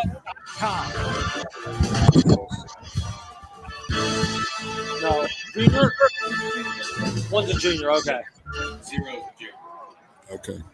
21-7. Jefferson Forest leading at Brookville. 2:02 to go in the second quarter. Austin Walker's got it teed up at the 40. It's a line drive, bouncing kick, bobbled at the 27. Brookville again just turning around and falling on it. Again, wisely, because there was some confusion on downs that kick at the 25-yard line. Pick that up, and once again, it's Carter Bees. Thomas showing his poise as a freshman, falling on that. Brookville will go back to work offensively. 2:02 to go in the second quarter. We're not quite at the 2-minute warning, but we're almost there, and we have a chance to remind you, life does not give you a 2-minute warning, which is why a life insurance policy might be right for you. Stop by your Erie Family Life agent Andy Matthews on Waterlick Road in Lynchburg to find out more. Brookville with 2-3 receivers split to the wider left side of the field. McDaniel out of the shotgun, takes it, looks to his right. Ball is caught. Blake Thomas, 29-yard line. He stays in bounds, just keeps toe-tapping his way up to the 34. Did a good job fighting his way up to about the 33-34. Initial contact made by Lucas Johnson. That's good yardage after contact for a first down. Well, I tell you what, Blake Thomas running a perfect little out route right there, making it look like he's going for Brookville. Making it look like he's going deep, and then he breaks it off. And it was a good throw again by Lincoln McDaniel to the outside on that play. 3 receivers again to the wide left, and Thomas over to the right side all alone. This time dropping back, looking over to the right side. McDaniel, he is belted in the backfield by Spencer Sloan at the 29 and brought down. That's a sack and a loss of 6 for JF's defensive front. And Brookville will spend their final timeout of the first half, trying to get something going after the big play by Spencer Sloan. Well, I tell you what, the defense finally came through right there. Spencer Sloan able to come off the edge right there, and they were able to collapse the pocket on top of Lincoln McDaniel and had a huge sack for a loss of probably 7 to 8 yards. Almost seems like there's 2 ways this thing goes. If McDaniel gets enough time, and he'll hang in and take a hit, credit him. He's shown a lot of toughness. He can deliver some strikes, and Brookville moves the ball. But if he doesn't get that time and JF's rush gets home, they get sacks. Yeah, and again, that's the key. That's going to be the key defensively, I think, right now. Because for JF, they have to be able to pressure him because Brookville probably is realizing for them not being able to run the ball so far in this game, they're going to rely upon the arm and the catching ability of the Thomas brothers and other receivers now to move the football. So now it'll be 2nd and 16 from the 29. Brookville will snap it off the right hash mark. Out of timeouts, but 1:29 to go in the first half. McDaniel takes it, rolls to his left. Now floats it. Ball is caught. Thomas at the 30, back up to the 35. He was brought down at the 37. But Brookville has to get back to the line of scrimmage quickly as the clock goes under 1:15. Third down, and we'll call it about 9, 3rd and 8 for Brookville. McDaniel takes the snap, looks left, fires over to the left side. Stein pulling it in at the 40 on the far side. Hit, lunging forward up to about the 41 was Camden McDaniel, but not much more there, and it'll be 4th down. And now there's a Cavalier. Xander Coleman was down for a second. It doesn't matter whether it's an injury timeout or not. JF burns one, presuming Brookville will punt and trying to get the ball back. Well, I tell you what, it's 4th down and about 4 right there. And JF wanting to make sure defensively they were going to have what they want to go against this 4th down play. And again, this is a huge play right here for the Bees, because if they do not get this first down, they are giving JF an opportunity to score potentially before the half again. And JF will get the ball to start the second half as well, because Brookville won the toss and elected to receive to begin this game. Clearly they have shown a lot of life, almost like a weight of the court situation has been lifted off their shoulders. Give a lot of credit for Brookville, first of all, for just hanging in the last couple of weeks, but tonight playing very loose and free, and their play call is going to indicate that. They're going to go for it on 4th down. They are 1 for 1. They had another 4th down, and it was a touchdown reception from 23 yards out by Johns. This time, McDaniel calls for the shotgun snap, 4th and 4. Takes it, rolls to his right. He's under duress, steps up, fires, and it's picked up by Rowland. 50, left side 45. He's pushed out of bounds in front of the Brookville bench. And it actually is a loss of yardage on field position, by a couple of yards. But a great play by Thax Rowland to read that and intercept it on 4th and 4. Well, I tell you what, they went with the sprint out. They sprinted out Lincoln McDaniel, and he was trying to find a receiver, but he actually had a poor throw. It was behind the receiver, and it was right where Thax Rowland was out here in the flats, and he just snagged it and took off upfield. So now JF, with 50 seconds left, can possibly make something happen. They have 2 timeouts. The Cavaliers do. Brookville with 0. 50 ticks remain on the Stinger Stadium scoreboard. Ball will be snapped from the Brookville 44 off the left hash.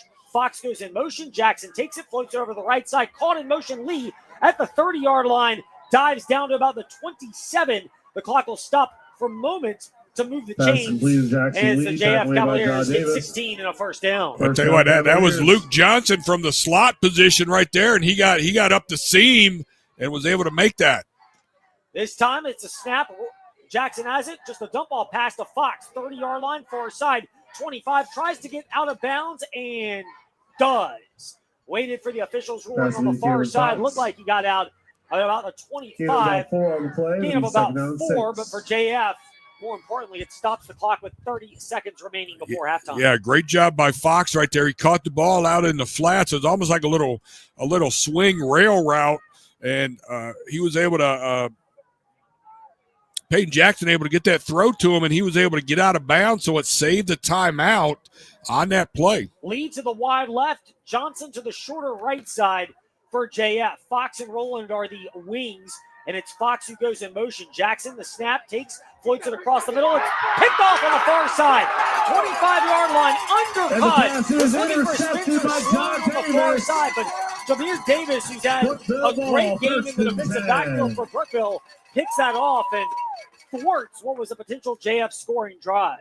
Wow, missed opportunity right there for the Cavaliers. And again, Peyton Jackson did not see the strong safety right there. He undercut that route and made an easy interception right there, as I felt like that was not a good read by Peyton Jackson on that throw, which gets picked off. Jameer Davis, who's had a good game for Brookville, picked that off. He read it well.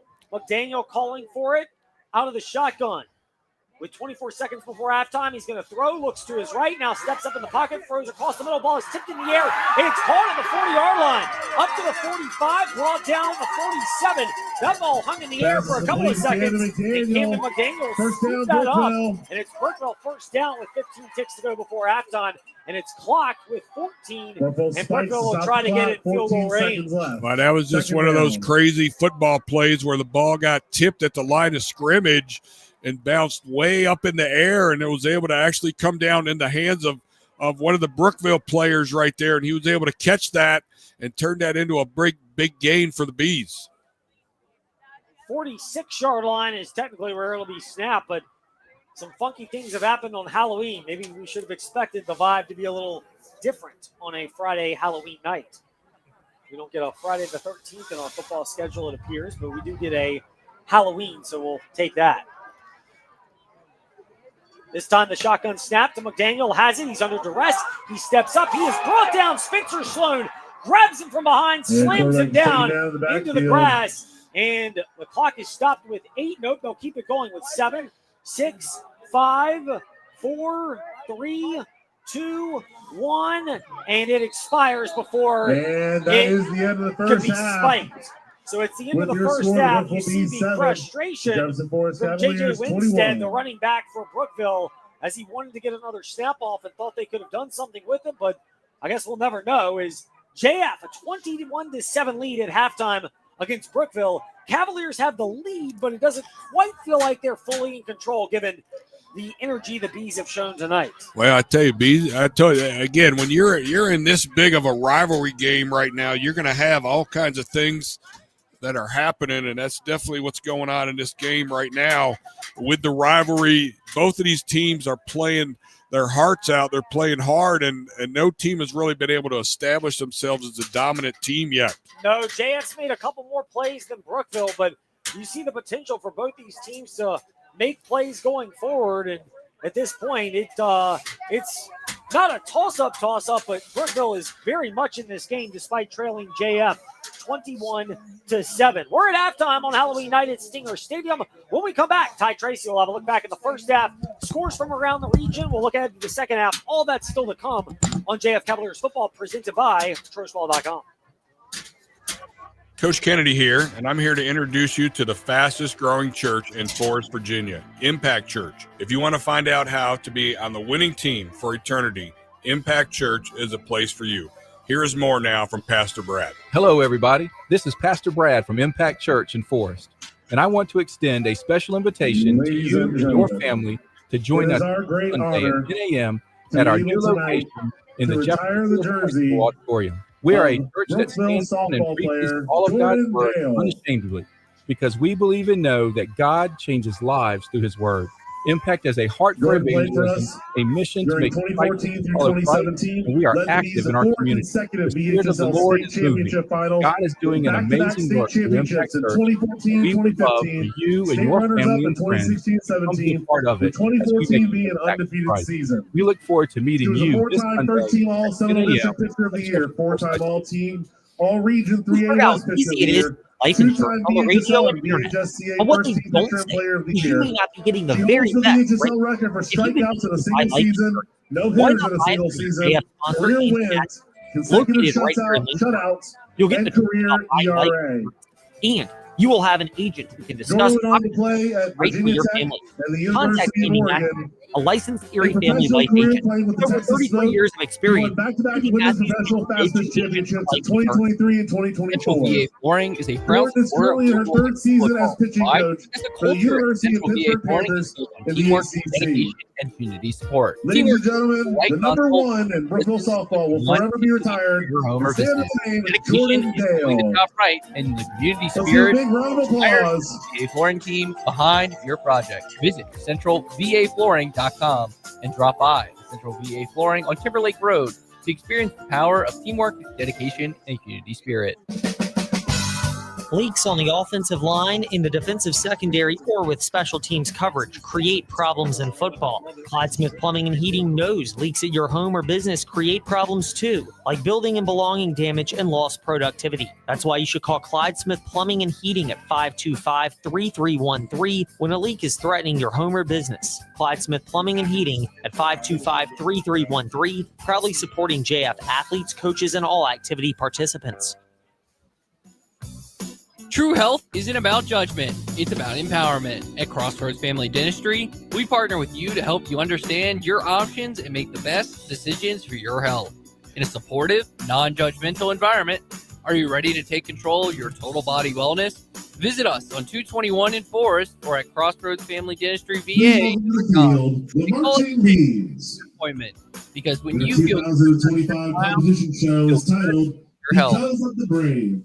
As a Senior private staff owned members are nonprofit Gabby organization, Grossi, the Dan Forest Kelly, Youth Athletic Louis Association Turner, and thrives on Assistant Board Director volunteering Russell with the Pauls. FYAA. Team commanders are Children Shiloh Mack, throughout the Forest John community Wayne, having local and plays drum major is Alyssa like Heidemann. football, t-ball, baseball, Commanders under the football, direction cross soccer, of Mr. football, Mario basketball, basketball Ruiz. here. FYAA depends on America is volunteers known who as the need land of the support, free, whether that's not volunteering simply your because time, freedom was money, declared, resources, but because or it a has been combination defended of your time and gifts. again by Visit the brave. forestyouth.org to learn more on how you can support That teacher reminded FYAA. us that freedom is not free. It is earned, safeguarded, and passed on through the bravery of those willing to serve. America's greatness lies in this truth. We are the land of the free because of the brave. Welcome to the Jefferson Cavaliers halftime show presented by sociallaw.com. I'm your host, Todd Tracy. Like I said, I mean, close ball game right now between Brookville and JF. 1-7. I feel like we knew that was coming. I mean, you got Brookville has their backs against the wall. They're trying to play off a lot right now. JF wants to, not wants to, they try and get the win to get a better spot in playoffs. So it's really a lot of, both teams are playing for. So it's a lot on the line. So I wasn't expecting you guys to think my Brookville's going to come out, but JF just had a better game plan. They're going to come out, try their best. So, but the good part is that they get the ball beginning the second half. So that's a good part. I feel like this, not the first half, I feel like it was some opportunities out there, especially the one the final drive for JF doing the interception. I think that was the one you want to, I think if they would score right there or they would connect it, I think that would kill the momentum for Brookville. But they threw the pick, Brookville made a play, they got the ball, and they brought some momentum that gave them some life back on their side. So especially the end of the first half. So now what I expect the second half, I expect JF to go for the kill, be more hungry, to dominate, especially the trenches. I just feel like they have to go for the kill shot. If you want to be a good team, as a good team, you got to go for the kill shot right now. You don't want to let Brookville hang around not too much longer, because even the longer you let them hang, it's going to get more difficult. And then next thing you know, the score changes and Brookville gets the momentum, especially the home crowd. And that's when everything starts swinging. That's when everything starts changing around for them, like from the front end all the way to the back end. So I just feel like they have to go for the kill shot. For a good team, you got to go for the kill shot. That's the main focus. So that's all I like to say, JF's. That's all I like to see, JF. But one thing I can say about Coach Cruz that I've mentioned this before, he does great adjustments for the second half, and I just feel like the defense will have a huge step up. I think this is a good challenge for them too, especially like all season. I think they've been challenged like since like the LCA game. I think this is going to be a huge challenge. Like, okay, we get challenged. Let's see how we will respond to it. And I just can't wait to see how it is in the second half. That's what I can say about Coach Cruz.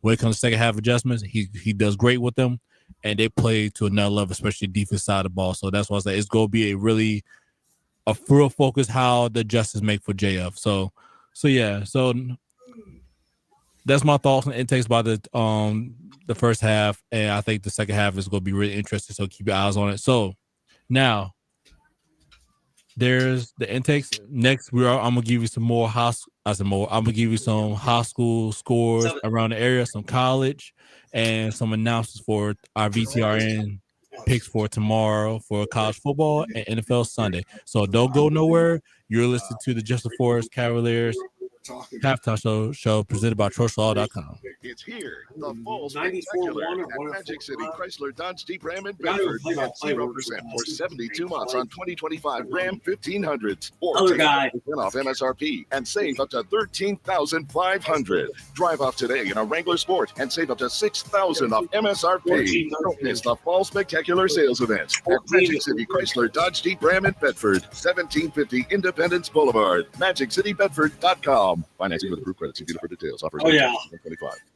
It's the perfect time to take your car to Meineke to make sure your engine starts perfectly this year. Whether you need tires, brakes, engine repairs, or simply an oil change, Meineke has you covered with certified technicians, free digital e-inspections with pictures and videos, and financing options. They're there to not only help you start your engine, but keep it running. Is your van ready? For car care needs. Schedule an appointment today by visiting Meineke.com. Trust your key with Meineke, doing car care right. Brookville High School marching bees, you may take the field for halftime performance. Church in Forest, Virginia. Impact Church. If you want to find out how to be on the winning team for eternity, Impact Church is a place for you.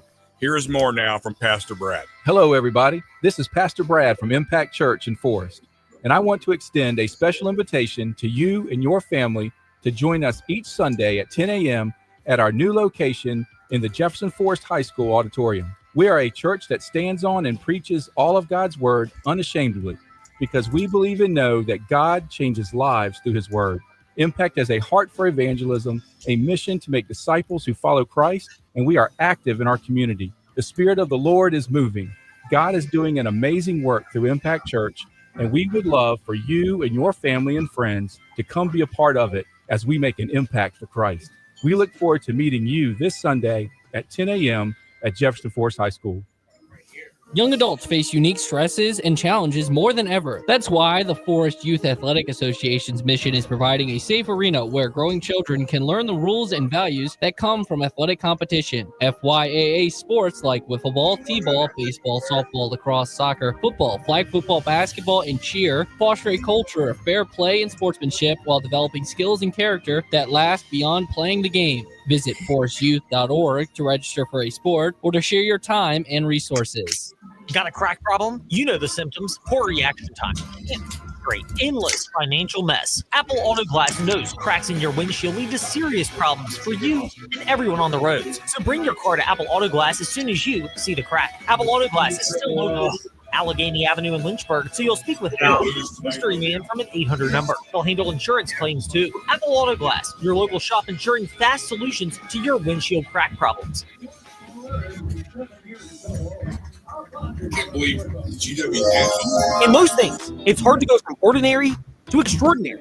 My district is so much softer. No. If you're tired of looking at unsightly concrete, then bring it to your old. Call the Concrete Wizard for free design consultation, free estimates, fast professional concrete resurfacing. And visit theconcretewizard.com for ideas, before and after photos.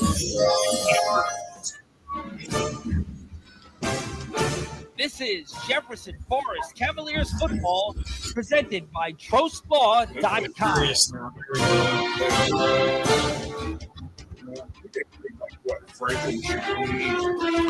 Welcome back to the Jefferson Forest Cavaliers halftime show presented by TrostLaw.com. Now, here are some high school scores around the area. As right now, we have a scores game between Nelson County versus Chatham 0-0. Another scores game between Gretna versus Appomattox County 0-0. Sales up against Hidden Valley 14-0. As right now, the ball game between Northside versus Stan River is Stan River's up 7-0. This is a ball game between Stan Rivers and Northside, 7-7.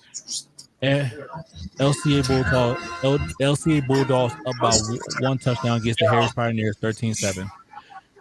As right now, Glass is dominating Rustburg Red Devils 22-0. Amherst is having a field day against the Liberty Men. As right now, the score right now is 33-0. Halifax versus Magna Vista. As right now, Magna Vista is up by 2 touchdowns, 14-0. As GW Danville versus Council. As right now, that score is a scoreless game. Patrick Henry versus Pulaski County. As right now, Patrick Henry's up 28-0. Then there's a tie ball game between William Flynn and Lower Bottot 7-7. Then we have another tie ball game between Williamsburg and Franklin County 7-7. So those are your high school scores and around the area as for the halftime. As right now, before I give you some college football scores, as right now, I'm gonna go with the VTRN Sports college football for tomorrow. As we got the number 10 Miami Hurricanes versus the SMU Mustangs, with cover starts at 11:30. Kickoff starts at 12. Number 16 Louisville Cardinals versus Virginia Tech Hokies, with cover starts at 1. Kickoff starts at 3. Then we got the last two versus Nebraska. I guess technically they lost. Kickoff starts at 7:30. As I said before. Miami versus SAU with cover starts at 11:30. Kickoff starts at 12. Louisville Cardinals versus the Virginia Tech Hokies with cover starts at 1. Kickoff starts at 3 o'clock. And USC Trojans versus the Nebraska Cornhuskers with cover starts at 7. Kickoff starts at 7:30. Then our BTRN Sports NFL Sunday with our triple header we start with the Carolina Panthers versus the Green Bay Packers with cover starts at 12:30. Kickoff starts at 1. The Kansas City Chiefs versus the Buffalo Bills with cover starts at 4. Kickoff starts at 4:25 p.m. Eastern time. Then the Seattle for our Sunday night matchup with the Seattle Seahawks versus the Washington Commanders with cover starts at 7:30. Kickoff starts at 8:20 p.m. As I said before, we got the first game, Carolina Panthers versus the Green Bay Packers with cover starts at 12:30. Kickoff starts at 1. Kansas City Chiefs versus the Buffalo Bills with cover starts at 4. Kickoff starts at 4:25. The Sunday night matchup with the Seahawks versus the Washington Commanders with cover starts at 7:30 p.m. and kickoff starts at 8:20. So that is our VTRN Sports for tomorrow and Sunday. As right now we got some college football on Friday night, as we got the Memphis Tigers versus the Rice Owls. As right now the Memphis Tigers are up midway through the second quarter with they up 20-0.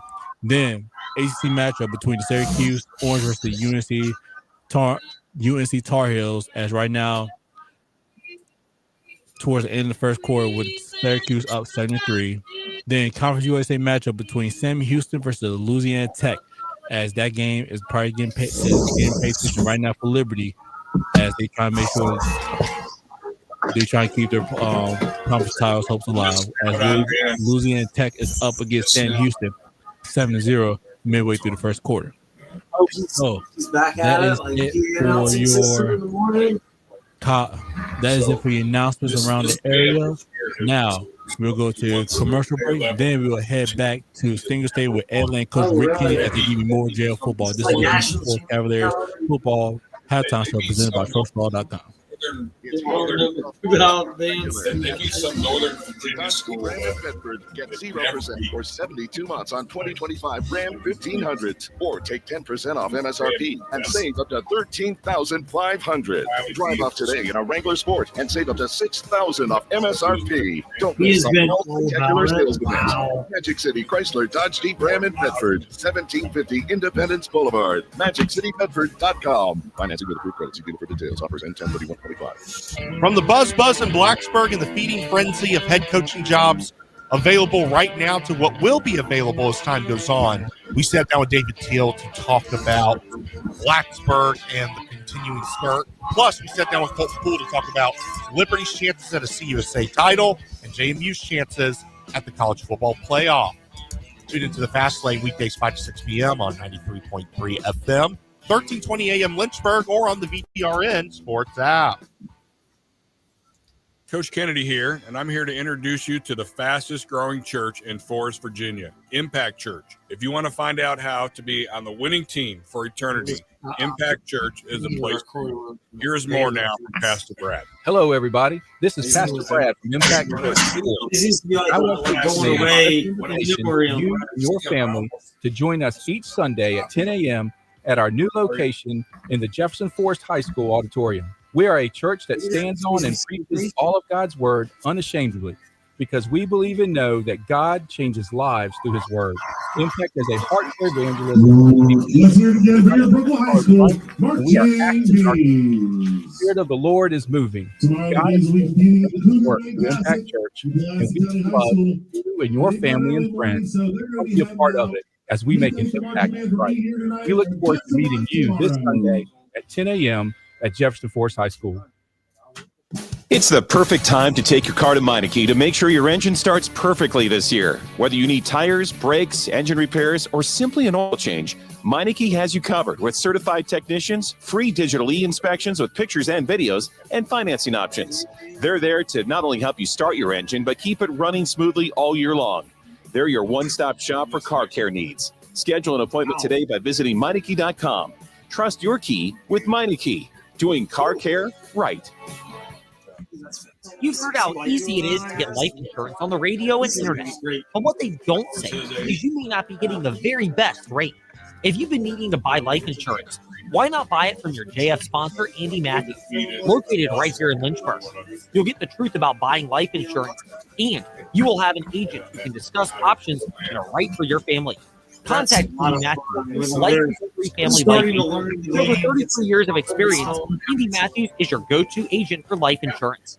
It's easy to forget we've got a lot to be thankful for. A gorgeous place to live, friendly people, and the freedom to be our best. Apple Auto Glass wants to remind you of how wonderful things still are and how fortunate we are. And of course, when you need to fix a crack in your windshield, side window, or mirror, you can trust Apple Auto Glass. When you call Apple Auto Glass, you'll speak with Harold or one of his associates, not some mystery man from an 800 number. So take time, give thanks, and when you need to fix your glass, call Apple Auto Glass, Allegheny Avenue in Lynchburg.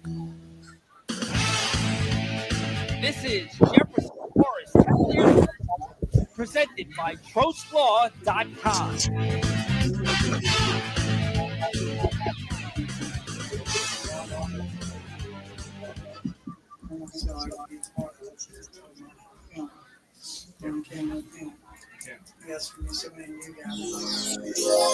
In most things, it's hard to go from ordinary to extraordinary. It's easy with your home or business.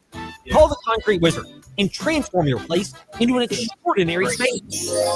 If you're tired of looking at unsightly concrete, then bring life to your old surfaces. Call the Concrete Wizard for free design consultations, free estimates, and fast professional concrete resurfacing. And visit theconcretewizard.com for ideas and other before and after photos. Oh, yeah. Jefferson Forest Cavaliers. We got quite the staff. By TrostLaw.com. Back at Stinger Stadium, we welcome you back in as we get ready for the start of the second half of tonight's Jefferson Forest Cavalier football game, presented by TrostLaw.com. They battled the Brookville Bees 21-7. The Cavaliers lead it here at halftime, and they will get the ball to start the second half. But Coach, it doesn't feel like this is a firmly in control lead for JF. Brookville, they've hit on explosive plays. They found a way to get the ball through the air to the Thomas brothers.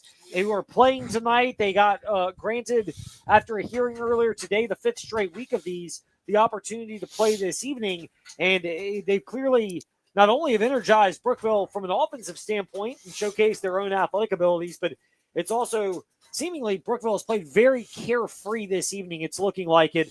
And JF got to be careful in this second half. Well, again, when you got this kind of big rivalry going on, this late in the season, you got nothing to lose. You're kind of letting it all out there. And that's exactly the way I feel like the Bees are playing tonight. They're playing for everything that they need to play for against their biggest rival, the Cavaliers. But the big thing is defensively, the Bees have not been able to stop the Cavaliers offense.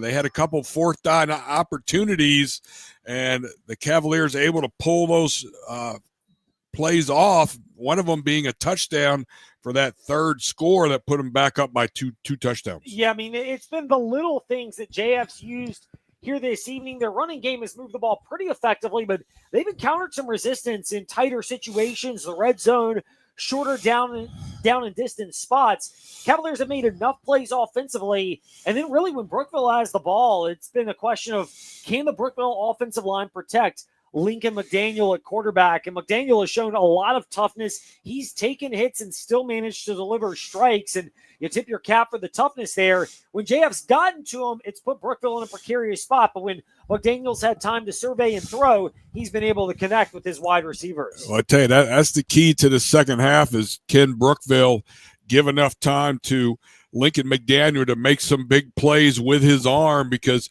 they still have not proven that they can run the football against the JF defense. And again, for JF defense, for them to continue the success of getting pressure from those front 4 guys, that has been 2 of the biggest factors in this game so far. Yeah, it's such an amazing turn of events depending on how those fronts play on both sides of the ball. And the other one you mentioned, speaking of fronts, is Brookville.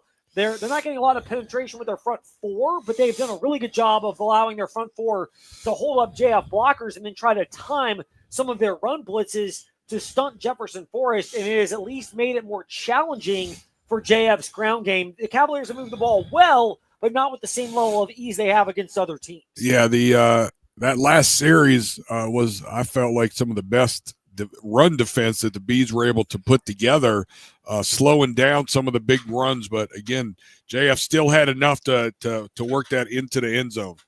So Brookville will kick it off to start the second half. They're in their maroon pants, maroon jerseys with yellow numerals. They've also got the maroon helmets with the white face mask. Cavaliers are in their white pants, white jerseys with black numerals and the red trim, black helmets with the white JF, the red saber swords and the crossing underneath that JF on the helmets, and the red face mask. Brookville will kick it from left to right. It's a shorter kick, backed up, fielded by Johnson, 35, and up Jack Lucas Johnson past the 40 to about the 41, 42, and that's where JF's offense will begin the second half. Well, B's going back to that little sideline pooch kick right there, and that time JF played that exactly the way they should. Luke Johnson was able to catch it immediately and took off upfield, so they're going to start past the 40-yard line, right around the 41-yard line. Great offensive field position to start this third quarter. Cavaliers will snap it off the right at the left hash mark with 2 receivers, Johnson out wide to the right, Lee to the tight left, rolling in motion from left to behind in a handoff right side. Drags the defender past the 45 up to about the 47. Good run by Fax Roland off the right side of the JF offensive line to pick up 6. Yeah, and that play with the rocket motion right there, Fax is going in motion behind the quarterback, and then he just cuts up almost in like a lead type dive type play right there between the tackles and the offensive line, doing enough to get some blocking again, starting off first play of the third quarter. Ball will be snapped a shade or 2 in from that left hash mark toward the middle of the field. Snap this time, it's a give to Fox, bouncing left side, breaks 1 tackle, stiff arms another to the 50-yard line, and he's pushed into the Brookville bench right around there. They might give him the 49, just barely into Brookville territory, and about a half yard from a first down. Well, I tell you what, that was a good job by the Bees that time. It was the wing counter, and they really kind of did a good job of plugging the hole. He had to kind of bounce it outside and was able to get a few yards, and they were giving them the first down on that. Yeah, a little surprised by that. That play was to the near side, and Fox looked like he just barely made it past midfield, but they gave him the full yard. It's enough for a first down for JF, barely into Brookville territory. Jackson gets the shotgun snap, and he takes it, looking to throw. Does left side. Lee catches it. 45 of Brookville. Tries to juke a defender. Did not. But grabbing him is McDaniel, Camden McDaniel, and Jack Lee just falls forward inside the 40 to about the 39. Again, it'll depend on the spot. They give him another first down. I'll tell you what, Jack Lee has really established himself as a go-to receiver right there. He, again, wide open right there. The corner was really playing off, and it was a really good job by Peyton Jackson getting it in his hands quick. And that was a great 10-yard gain right there on that play. Chess matches from two good coaching staffs. JF trying to get the upper hand early in this third quarter. A handoff to Rowland. Bounces back from the right side to the middle. Now back to the right side of the 35. Stays on his feet in the 30. Drags Brookville defenders down to the 25 on the far side numbers. It's a great run by Dax Rowland. Some agility, cutback moves, and then some power to finish at the end. Well, I tell you what, that was, again, rocket lead right there. Again, you have the help of the other wing right there, which in this case is Cam Fox right there. He's turned into a huge blocker, and Dax Rowland just able to just run that ball right over top of people. Now the whistles blow from the officials, and we're waiting to see. It might have something to do with the play clock matching up with the game clock. They somehow kept the game clock going, and now they just get the play clock going. So wouldn't like that if I'm a Brookville fan, just melting that clock away. Jackson, quick throw, far side. Good job by Jack Lee. Hauled it in at about the 21 in front of the sideline. Gain of about 4. He's brought down over there by Trevor Johns, the linebacker. Yeah, again, they did the exact same play on the other side of the field right there. Just a quick throw out there to Jack Lee, making that catch, and a good job by the corner coming up, making that tackle for a minimal gain. 3 yards is a great first down yardage on that first play. Jackson a little more decisive and a little more zip on that throw out wide. He needs to, after flirting with disaster and ultimately finding it late second quarter with an interception. This time it's a man in motion. It's Johnson. Jackson keeps it himself.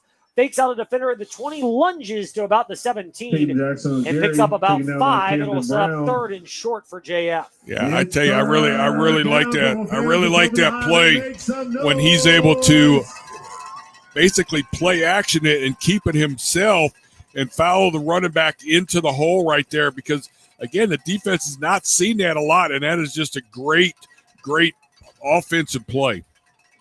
Cavaliers break the huddle. Clock approaches and now goes under the 9-minute mark in the third quarter. JF trying to grow a 21-7 lead at Brookville. Working toward the Stinger Stadium scoreboard, the Cavaliers. It's a snap, pitch play left side. Behind him, Johnson grabs it to the 20, left side 15, to the 10, to the 5. Does he stay in bounds? Yes, he gets into the Impact Church end zone in front of the front left pylon for the JF touchdown. Wow, what a great job right there. And I tell you, the key to that, they had Dax Rowland split out here on this left side where they ran that rocket sweep, and he actually hit the corner. He had such a great block on the corner, he knocked the corner down in the open field, and Luke Johnson just able to run that all the way up the sideline right into the end zone. What a great job blocking. And you've hit on it. Fox blocked, Rowland blocked, all these JF receivers and backs, as much as they get it, they also give it for their teammates with good blocks. This time the extra point is up. It splits the middle of the upright. Austin Walker tacks on the PAT to make it 28-7. JF leading at Stinger Stadium. 8:43 to go in the third quarter of JF Cavalier football, presented by TrostLaw.com. Coach Kennedy here, and I'm here to introduce you to the fastest growing church in Forest, Virginia, Impact Church. If you want to find out how to be on the winning team for eternity, Impact Church is a place for you. Here's more now from Pastor Brad. Hello, everybody. This is Pastor Brad from Impact Church in Forest, and I want to extend a special invitation to you and your family to join us each Sunday at 10 a.m. at our new location in the Jefferson Forest High School auditorium. We are a church that stands on and preaches all of God's word unashamedly. because we believe and know that God changes lives through his words. Impact has a heart for evangelism, a mission to make disciples who follow Christ, and we are active in our community. The Spirit of the Lord is moving. God is doing an amazing work through Impact Church, and we would love for you and your family and friends to come be a part of it as we make an impact for Christ. We look forward to meeting you this Sunday at 10 a.m. at Jefferson Forest High School. This is Jefferson Forest Cavaliers football presented by TrostLaw.com. Austin Walker gets ready to put his right leg into the ball at the 40-yard line. It's going to be another bouncing kick and taken on a knee over on the left side at the 31. And no return really allowed as Jameer Davis had his right knee down into this green, actually more like brown grass here at Stinger Stadium. So Brookville will take over down 28-7 to JF. Quick score, 8:42 to go leads LCA here 14-13 at the half. Third quarter. Well, I tell you what, yeah, and so tonight, Austin Walker's done a good job with his squib kicks, and thing is, Brookville really has not been able to field them, and all of them really have not had any kind of return. So now Brookville goes to work. It's their first drive of the second half. They need points, down by 3 touchdowns.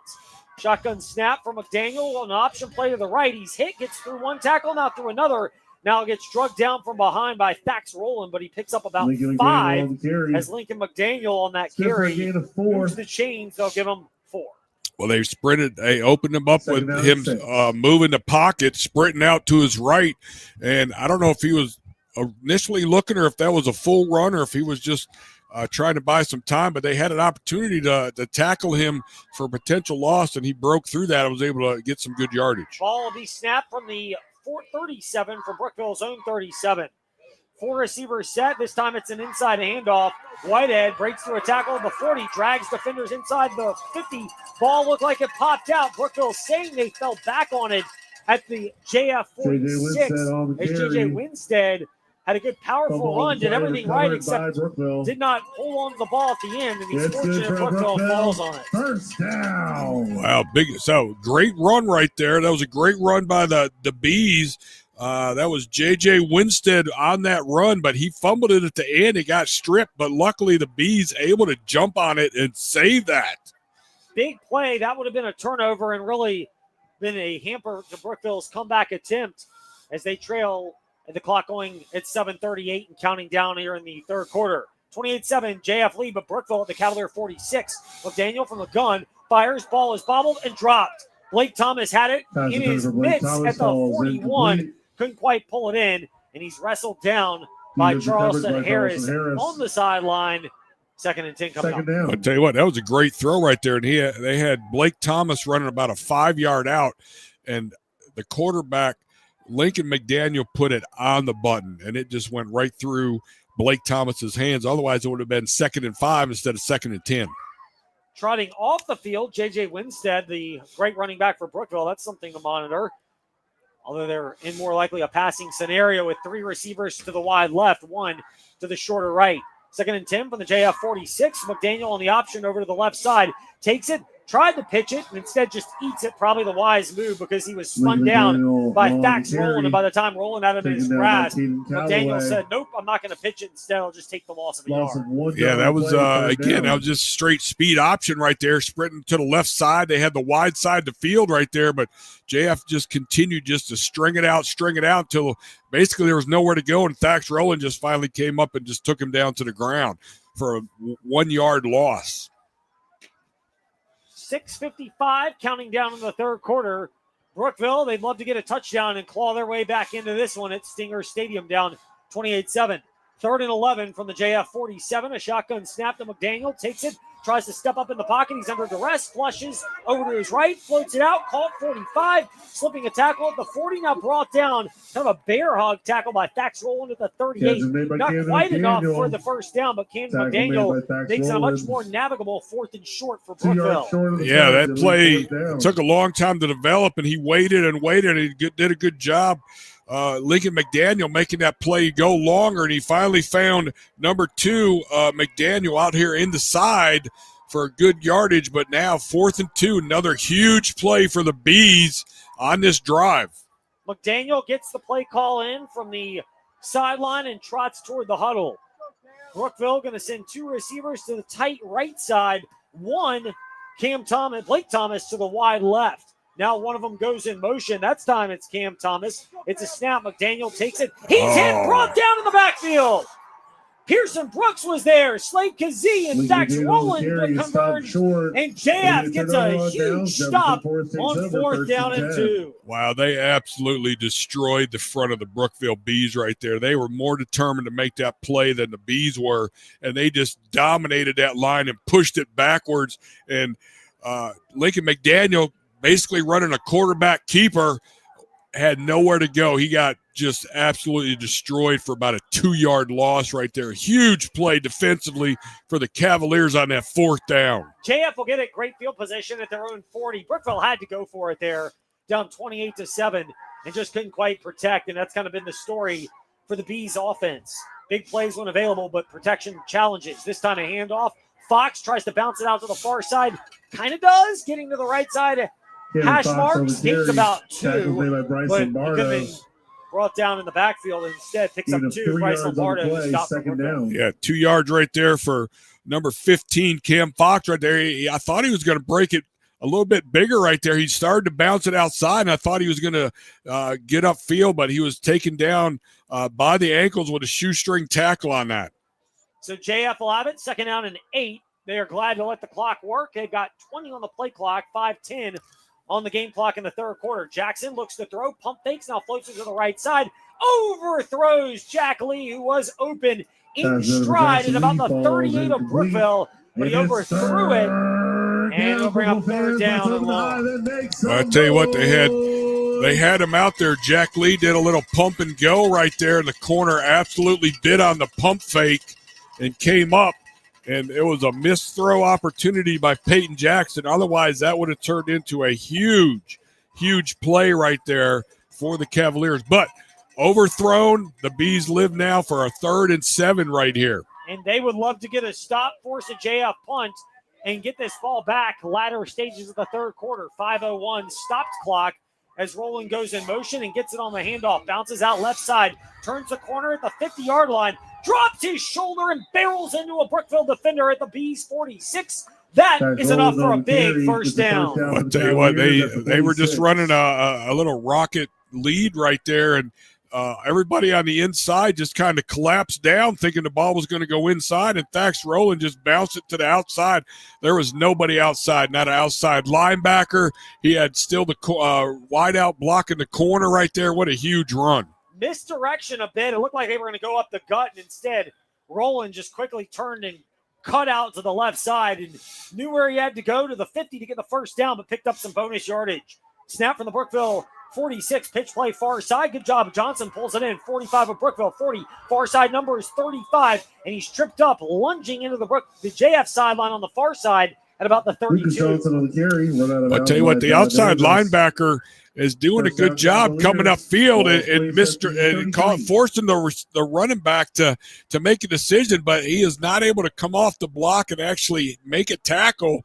And that time right there, we had Luke Johnson just turned on the Jets once he got by that first man. Huge run. Another big 1st down for the Cavaliers. Ball will be spotted technically at the 33 on the far right side hash mark for JF. They're working right to left, which is from the road toward the Stinger Stadium scoreboard toward Brookville High. Fake pitch, keeping it himself. Jackson, 30 inside the 25. He's undercut by Jameer Davis, the safety. He's had a great game, but you don't want to be getting to the 3rd level of your defense if you're Brookville. JF, they wanted to. They got there, and it's 10 for a 1st down. I'll tell you what, that was the fake rocket sweep right there. He faked the sweep like he was going to pitch it to the rocket motion, and then he just followed the wing who was folding back inside right there for his lead blocker, and that play was just beautiful. I'm telling you, Brookville defense right now is just on their heels. They cannot figure out what the Cavaliers offensively are doing to them in this double wing. 11-yard gain down to the Brookville 22, knocking on the door of the red zone again. Hand off to Fox this time. He'll just bludgeon into a Brookville defender at the 20. Stays on his feet. Bounces out to the left side about the 19. good yardage after contact. If you're JF, you'll gladly just sledgehammer any tiring defense with the big Cam Fox. I tell you, we just can't give enough credit right now to the offensive line. The offensive line is just continually just dominating and controlling the front four of the Bees, even the blitzing of the linebackers, which is still the Bees are trying to do. They're trying to come up with anything they can to try to slow down the Cavaliers, and nothing is working. Jackson will take a 2nd and 5 from the 17 shotgun snap. Coleman goes in motion. Take the pitch to him. Jackson keeps it himself. 15. Spins over a Brookville defender, Jameer Davis, down to the 10. It's enough for another JF first down, and they're knocking on the door on what would be their 5th trip to the Impact Church end zone. Yeah, again, right now, Peyton Jackson has really got control of this offense, and I tell you, Coach Cruz's game plan and his play calling has just been spot on. Everything he has been working tonight against the Bees. You mentioned that, but the offensive line is such a key. They were good in the first half, but maybe not great. They have stepped up here in this third quarter for JF. Yeah, they really have taken over this game coming out of halftime. 1st and 10 from the 11. Fox goes in motion. Misdirection handoff to Roland. Has to kind of just tuck the ball and cradle it. Back down to maybe the 10. We'll give them about a half-yard gain, if that. It'll be 2nd down and long.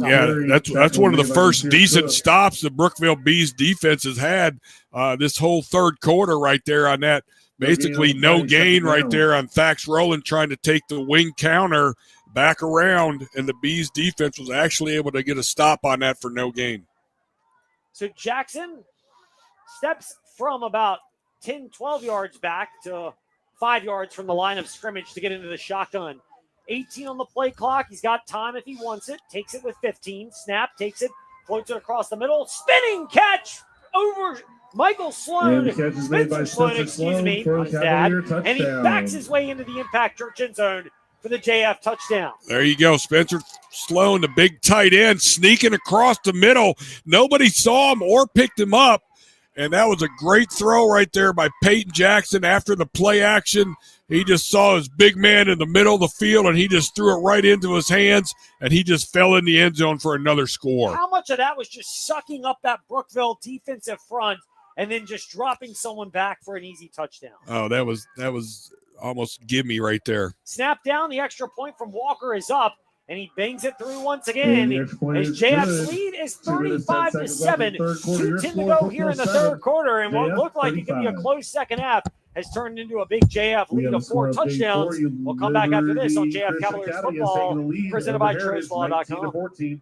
In the third quarter. Warm weather means traveling. Hi, I'm Randy Trost from Trost Law with a couple of safety reminders. Always wear your seatbelt. Don't drive distracted or impaired. And remember, it's better to safely arrive a little later than being in an auto accident.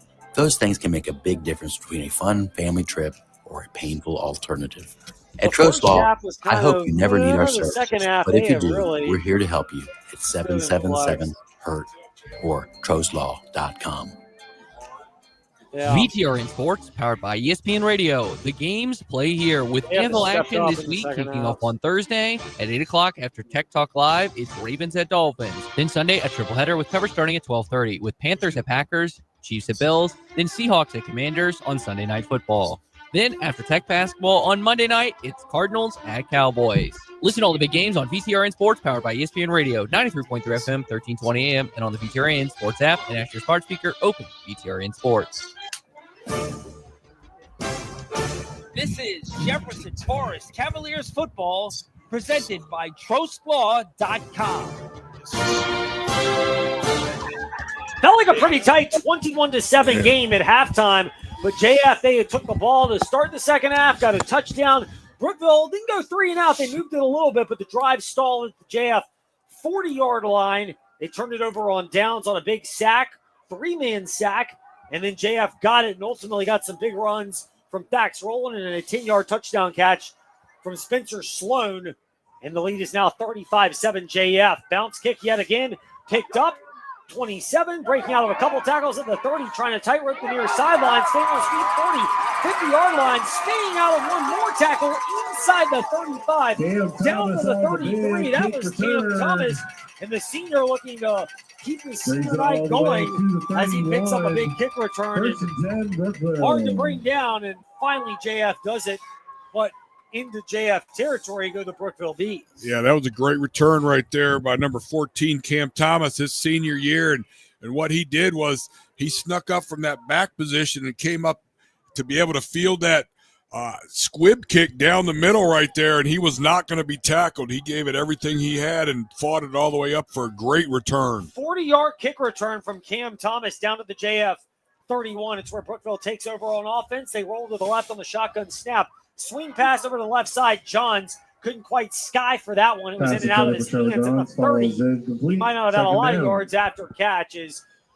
For JF, Cam Jones was in pursuit, in position to hit him, but it's incomplete, 2nd and 10. Well, I tell you what, that was, again, a little sprint out right there by Lincoln McDaniel. And what the defense does is anytime the quarterback sprints out, the linebacker, the inside linebacker on that side triggers on the quarterback, and that's what number 13, Pearson Brooks, did, and he skied up in the air, and I think that's what made the throw go high.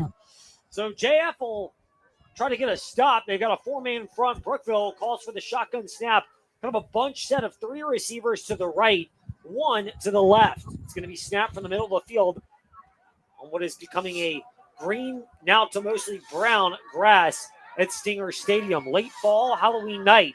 And the shotgun snap a little low, but McDaniel takes it, picks it up. He's under duress and is brought down. Spencer Sloan grabs him from behind and brings him down. And that is a loss of 7. Well, I tell you what, the left offensive tackle is not even coming close to being able to slow down what's going on defensively right there with Spencer Sloan. He just blew by him, and I don't even know if the left tackle even touched him. And he was in that backfield and chased down and had a huge sack. Spencer Sloan has stepped up in the second half. We mentioned Thax Rowland's name a lot.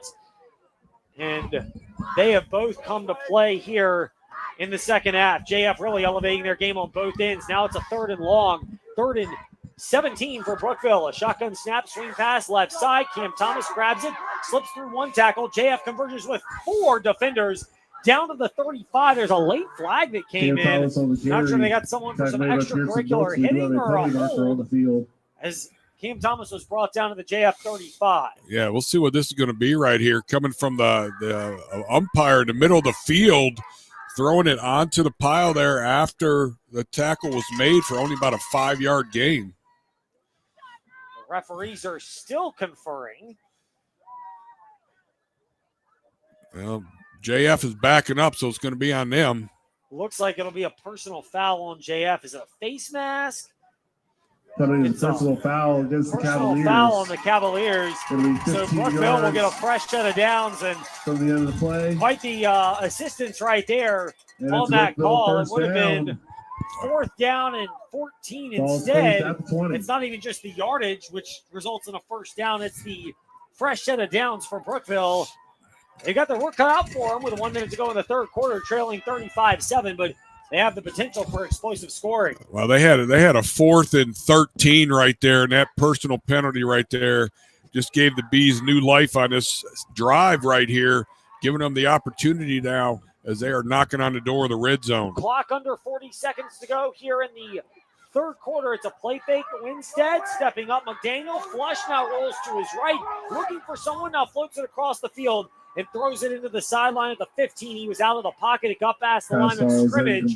So no receiver in the area, no problem. 2nd down and 10. We're well under 2 minutes to go here in this 3rd quarter, 31 seconds to be exact.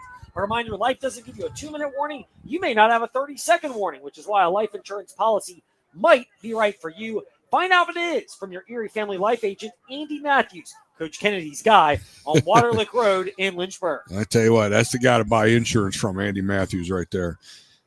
It is your guy indeed, our guy for JF Cavalier football. He is. I tell you what, the defense is doing a lot better job of, I think, covering the receivers. And what's happening is Lincoln McDaniel's not able to find receivers right now. They are doing that good a job getting coverage. This time it'll be a 2nd and 10 snap from the 20-yard line off the left hash. McDaniel has a little bit of time, floats it toward the Impact Church end zone.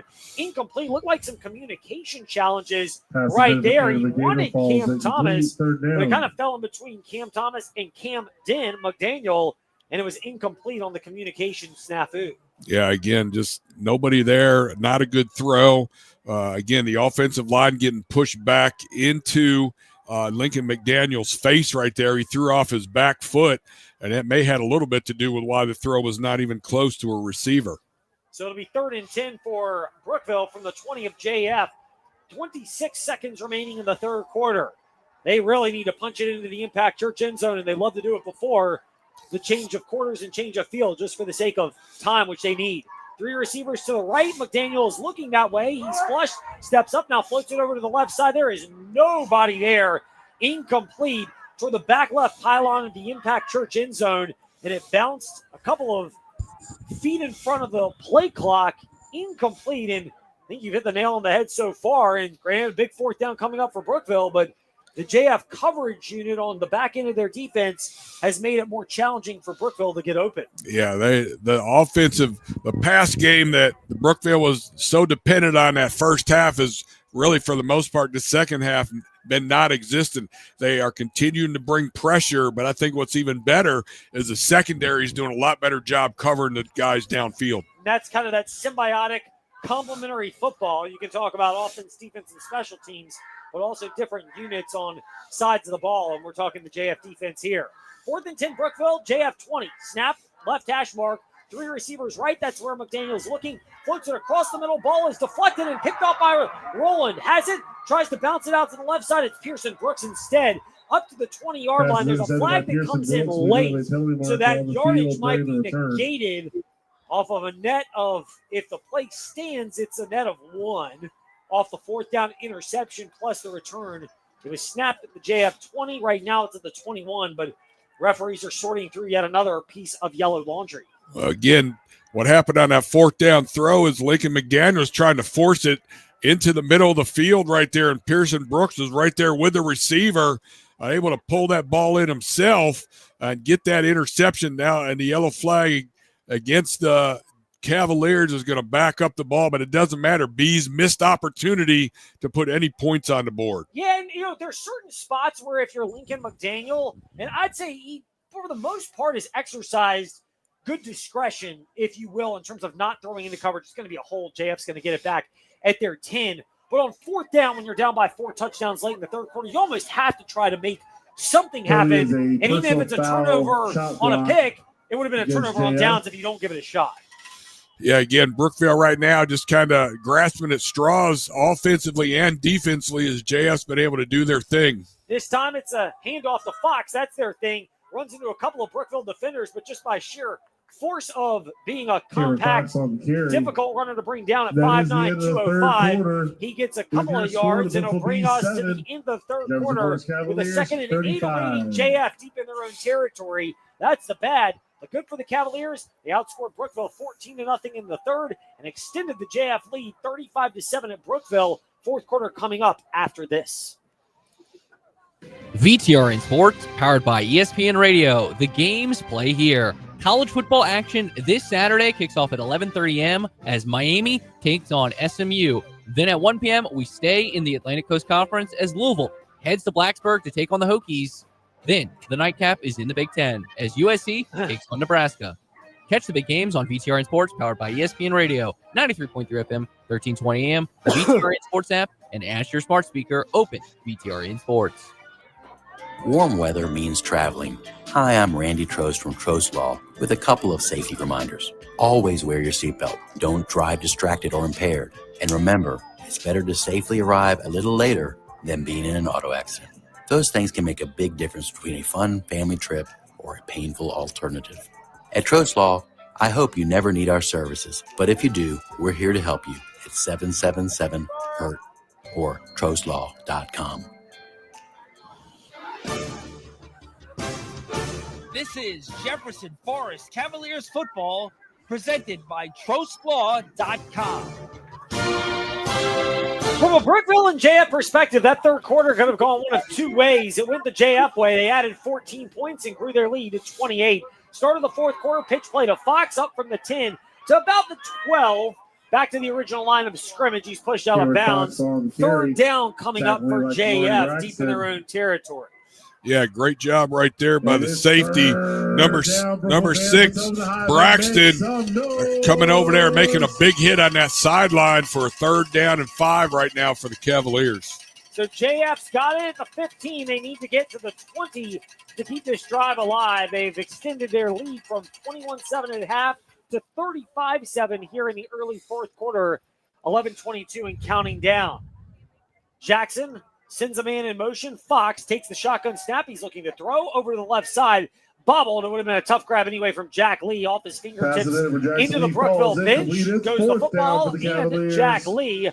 And JF will have to punt it away on the 3 and out. Wow, this is the first time we've seen the JF punt team have to come onto the field right here. And I tell you what, number 9, Peyton Jackson for the Cavaliers missed a wide open Thax rolling over on that left side. There was no defender around him. That would have been an easy catch and big play, but he just never saw him. Instead, Judson Lynn is on to punt it away for JF. And Brookville with 3 different returners back. Jameer Davis is in the middle, and a couple of the Thomases, as it's a high kick, takes a funky bounce, picked up over on the far side, spinning through one of them, and picked up now by Camden McDaniel, but gets back to the 50. Not a lot of a return. Give JF's coverage unit credit for descending on that, and also give Judson Lynn credit. He opted not to punt it to one of the Thomases, which is probably the smart move. Yeah, no, that was a good job. First of all, it was a good punt. Had some good hang time. Defenders were able to get down there and make a sure tackle right at midfield right here. And I tell you, the defense of the Cavaliers have really stiffened up and been pretty tough. Other than the personal penalty helping the Bees on that last drive, Brookville has really struggled moving this football after halftime. JF's defense can now tee off a little bit more, especially that 4-man front as JF is showing it. Brookville ball at midfield at about a minute into this fourth quarter. McDaniel thinking option, now pitch play over to the left side. Thomas grabs it, 50, spun down in bounds at the 45. Gain of 5 from Cam Thomas. Good job. A little risky for McDaniel, but can't really blame him for trying to get it to one of Brookville's playmakers. Yeah, they are right there. And that was just a basic little their speed option. They run that Thomas boy number 14 Cam in motion. Then he kind of circles back and becomes the option for the quarterback Lincoln McDaniel right there. And that was a good play, a good mix up where it's actually able to get to the out of bounds. 2 receivers to the wide right side, 2 tucked over to the left, which is the shorter side of the field. McDaniel out of the gun, takes it, steps up in the pocket, slips through one rusher, Hamilton, and throws it across the middle. Thomas, 35, breaks free at the 30, tries to juke out to the far side, but the Cavaliers are there to meet him at about the 25. Over on the far side, numbers took a lot of Cavaliers to bring down Cam Thomas. It is enough for a Brookville first down. Well, Lincoln McDaniel doing some scrambling right there, and his scramble made that play happen because the defense broke down in the secondary, and he was able to find Cam Thomas for that throw and catch and a big run after the catch. 35-7, JF the lead. Brookville marching toward the Impact Church end zone from right to left at Stinger Stadium. 2 minutes into the fourth quarter, under duress, McDaniel flushed out of the pocket, takes off, 25, 20, 15, he's hit, and undercut inside the 10, down to about the 9 on the far side. Brooks and Jack Lee, the last lines of defense for JF were there. Brookville gets a first and goal coming up. Again, right now, these last couple plays, Lincoln McDaniel, the quarterback, has been doing it with his feet, making plays happen with his ability to be athletic and move. This time McDaniel takes it, looks over to the right, ball is nearly deflected, but instead it's caught over on the far side as that's Blake Thomas. Gains about 5, down to the 5, second and goal coming up. Quick score update, late third quarter, 33 seconds left. Heritage just taking the lead back from LCA 20-19. Big shout out to our friend Bryson Gordon of newsadvance.com for that update. Well, the Bees have an opportunity right here. They need to put this ball in the end zone. They missed it the last time on that 4th down interception, so now they have an opportunity to get another big score here and try to get this game back in the right direction. McDaniel calls for it out of the shotgun, 4-man front from the Cavaliers. Winstead takes it, breaks through a couple of defenders, but JF, great pursuit defense. Pearson Brooks, Cam Fox come in to bring down J.J. Winstead at about the 5. So not much doing there. It'll be 3rd down and goal as the clock approaches 8.5 to go in quarter number 4. Yeah, Brookville's got 2 plays right here to get these 5 yards they need to get in the end zone and get some life back in them. after what's been happening since halftime, where the Cavaliers have been dominating this football game. Yeah, Cavaliers have had their way in the second half. Brookville trying to answer. McDaniel, shotgun snap, takes it, follows the left side of the line. He slips through a hole to get into the impact church end zone on the left side, and it's a Brookville touchdown. 8:14 to go here in the fourth. Lincoln McDaniel, again, he made that series happen right there with his feet, so it makes sense for him to go ahead and hold that himself and run that in on the option look. And that time he found the crease off the edge right there through the Cavalier defense and put the score on the board for the Bees. Still a lot of work to do if Brookville wants to come back. They're lining up like they're going to try to go for two. Down 35-13, 8:14 to go here in the fourth, and they will, in fact, line up to go for two. McDaniel calls for it from the gun. Winstead is to his right. Receivers get tucked tight, particularly Blake Thomas off the left side. Off the H-back, this time McDaniel on a rollout over to the right. He's being pursued. He's hit, stays on his feet, floats to points for someone to get open, and the ball is caught by one hand, but way out of bounds. Blake Thomas, he was a good yard and a half to 2 yards into the Brookville sideline. The 2-point try is no good. Right idea, not great spacing, so it's 35-13. What? I tell you what, we got to think about, is Brookville going to try to do an onside kick right here? I think that's a very good thought. We'll find out when we return. 8 and change to go in the fourth quarter. Brookville down 35-13 on JF Cavalier Football, presented by TroSlaw.com. From the buzz in Blacksburg and the feeding frenzy of head coaching jobs available right now to what will be available as time goes on, we sat down with David Teal to talk about Blacksburg and the continuing search. Plus, we sat down with Colton Poole to talk about Liberty's chances at a CUSA title and JMU's chances at the college football playoff. Tune into the Fast Break weekdays 5 to 6 p.m. on 93.3 FM, 1320 a.m. Lynchburg, or on the VTRN Sports app. Cavaliers have done a good job of bracketing. When it comes to legal matters, there is no substitute for experience. Hi, I'm Randy Trost with Trost Law. We've gained knowledge from serving Virginians for over 4 decades. Since 1982, we've handled auto accidents and personal injury cases ranging from simple fender benders to complex tractor-trailer cases. And we're ready to put our experience to work for you. We hope you never need our services, but if you do, just give us a call at 777-HURT or visit us at trostlaw.com. This is Jefferson. That didn't even go 10 yards. Football presented by TroSlaw.com. So Coach Kennedy calls it the onside kick. Well, the problem for Brookville is it went about 8 yards instead of the necessary 10. JF just let it die in this dying green to brown grass at Stinger Stadium, and JF will take over the Brookville 48 without even touching that football. Wow. What a mistake right there on special teams. You are giving the team the ball on your side of the field on that onside kick that didn't even make it 10 yards. Logan Dowd has actually had a lot of good kicks tonight, but that is not one of them. The freshman, some areas to improve upon despite having some real talent. This time it's a pitch play to Coleman. Tries to turn the corner right side, slips out of a couple of tackles at the 50. Now bounces to the numbers, stays in bounds, down to the 45 is where he goes. Picks up 3, but probably more importantly for JF, staying in bounds and allowing that clock to go under 8 minutes to go here in the fourth quarter. JF trying to put away a lead at Brookville. It's currently 35-13. Yeah, rocket sweep right there to number 7, Xander Coleman. Great job getting to the outside. Once it got bottled up, he tried to cut back and try to get a little bit more and dove forward. So, hey, that's a solid 3, almost 4 yards on that first down run. Cavaliers will break the huddle. Brookville, they play with a lot of energy. Really, it's felt like a weight has been lifted with the Thomas kids being cleared to play tonight. And give a lot of credit to Brookville. It's a rivalry game. They had great energy. They've really had that all night and kept the focus. But JF, with their advances in the trenches in particular, have been able to assert that in the second half. This time it's a misdirection handoff to Roland. Picks his way through tacklers at the 45 and the 40.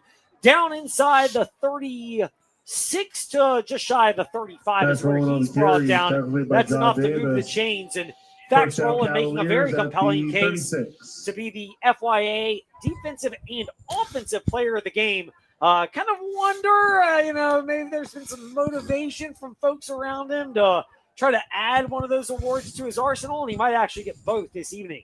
Yeah, he's having a great game, but I tell you right now, they got Peyton Jackson on the clock right now. They're not even looking to snap the ball until the play clock gets down to about 10, so they're able to see that on the 30 on the time clock right there to know when to snap it. JF has that benefit, and they're just waiting it out. This time, another handoff to Roland. Spins out of a tackle at the 35 and just backs down to about the 32 off the right side of the line between the right hash and numbers toward but not quite into the Brookville bench. And the clock will continue to work as it's a gain of about 3.5 to 4. Yeah, and again, this is the opportunity right now. Brookville, they have to be trying to strip the football. They got to be trying to get some kind of turnover. They got to try to make something happen because, again, with the clock right now, they can see and know when to snap it. They are just letting the time just run and run down before they're even getting down in their set position. You wonder if there will come a point where Brookville extends any of their 3 timeouts left. Can't find a reason why JF would, at least close to the play clock being 0. This time a snap. Jackson floats it wide open left side. Jack Lee streaking on the left side seam. And in between the E's and the Brookville B's end zone, in the Impact Church end zone, for the JF touchdown. Well, I tell you what, the defense was sleeping right there. They thought, hey, all the JF Cavaliers are going to do is just run the football. And they play action that in the backfield, and the corners and the safeties, everybody was flat-footed looking in the backfield.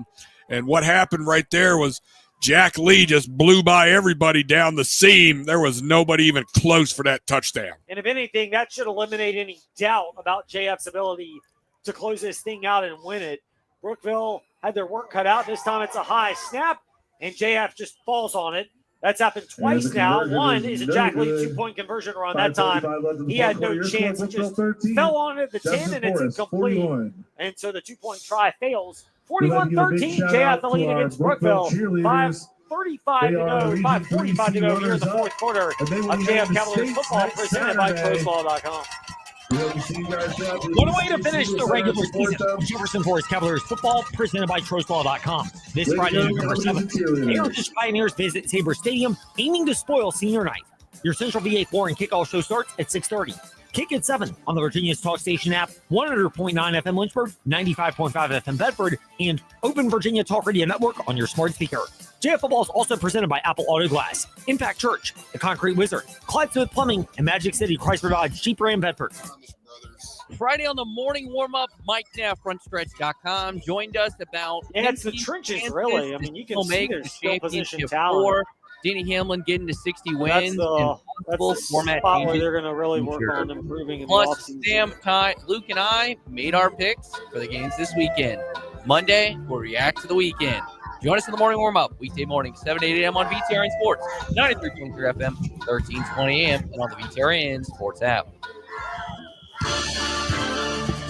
This is Jefferson Forest Cavaliers football presented by TroSlaw.com.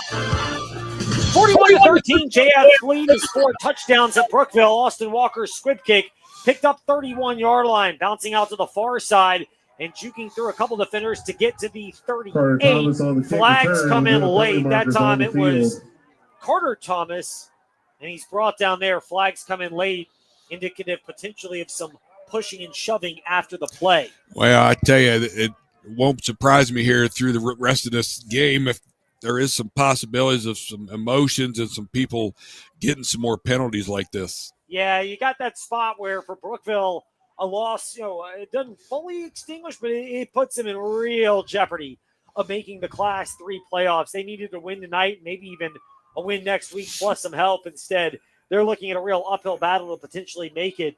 And that reality sets in after and give Brookville credit. They have held in there. They fought hard. They were a 33-19 game last week. They were in it late in the fourth quarter at LCA, and we know how strong they are, despite the Thomases not being able to play last week. This is a team that's handled that distraction as well as you could expect, but the one thing they have not been able to do is match JF in the trenches tonight. And we've talked about Brookville and the way they've handled it. You do have to tip your cap to JF, Coach, the way they performed, particularly in the second half. And you referenced the offensive line.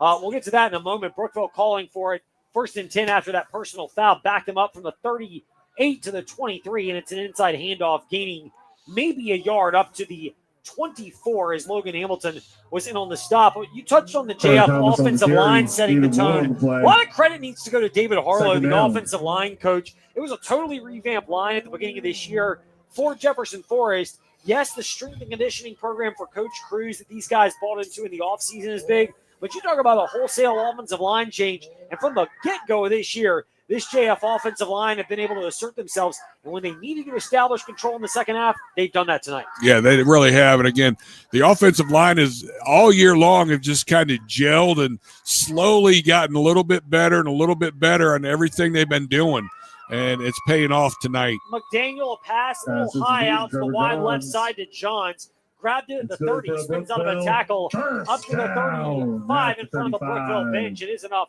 for a first down. If you're JF, you'll gladly limit, even if it's first downs, just making Brookville have to march down the field down by 4 touchdowns and 4 minutes and change to go in this one. Yeah, Lincoln McDaniel, senior quarterback, I mean, when he has some time and he has an opportunity, he can throw the football.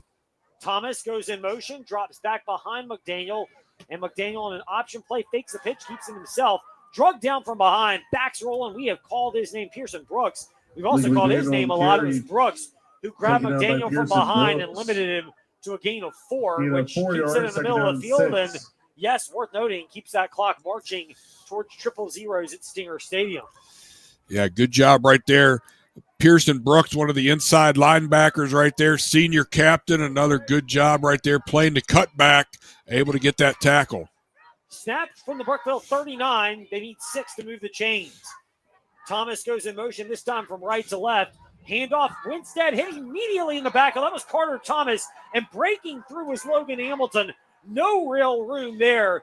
As athletic as Carter Thomas is, it's hard to get a beat when you've got a defender basically right on top of you with a handoff the way Hamilton was. I mean, as soon as the ball was touched by the running back, number 54, Logan Hamilton was right there and just absolutely took him straight to the ground. And if you look at potential plays for our Crossroads Family Dentistry, offensive and defensive plays of the game, from the defensive side, the Slade Kazee backs Roland sack on 4th and 2 on Brookville's first drive might be the candidate for that. But you can look at a number from the offensive line as well. McDaniel on a screen pass throws out to the far side flat. It was tipped in the air by Roland. Could not intercept that. 4th down. And that was actually Kazee dropping back from the defensive tackle spot. Got a hand on that. And it's incomplete for a first down. Wow, that was another typical play that we've seen this whole second half. The defense just getting so much pressure on Lincoln McDaniel and no place for him to run that time. He just kind of threw it out into the flats, and again, nobody there to catch it. So it'll be 4th down for Brookville, and it's just the sign of waving the white flag. Understandably so, down 4 touchdowns with 3:21 to go. They're going to punt this one away. It's a bit of a high snap. Now it's over the head.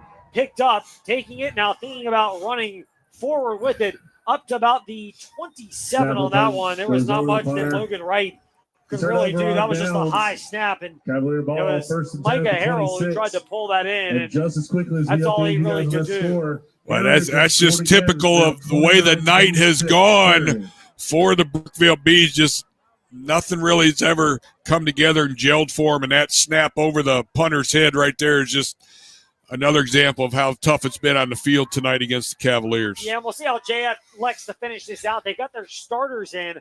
I would not expect them to go into the air now. I think, the death knell was the last pass play to Jack Lee that made it a 4-touchdown margin middle of the 4th quarter. Now it's a matter of just trying to salt this game away and get ready for a Heritage team that clearly playing well. They just retook the lead against LCA. This time a snap, handoff, fumble on the exchange. Brookville has it, and yes, Thomas picks it up at the 30, getting a little sloppy for JF.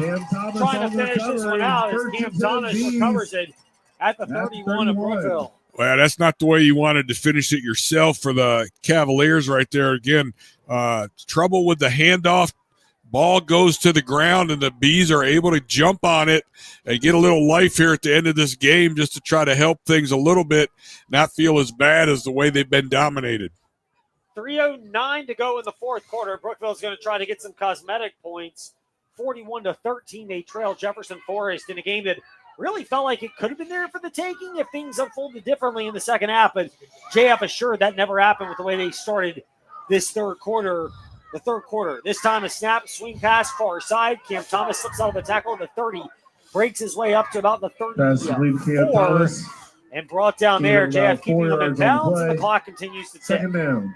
Again, Cam Thomas Sr., they're trying to get him the ball as much as they can. Opportunities for him to show what he can do to help this Bees team.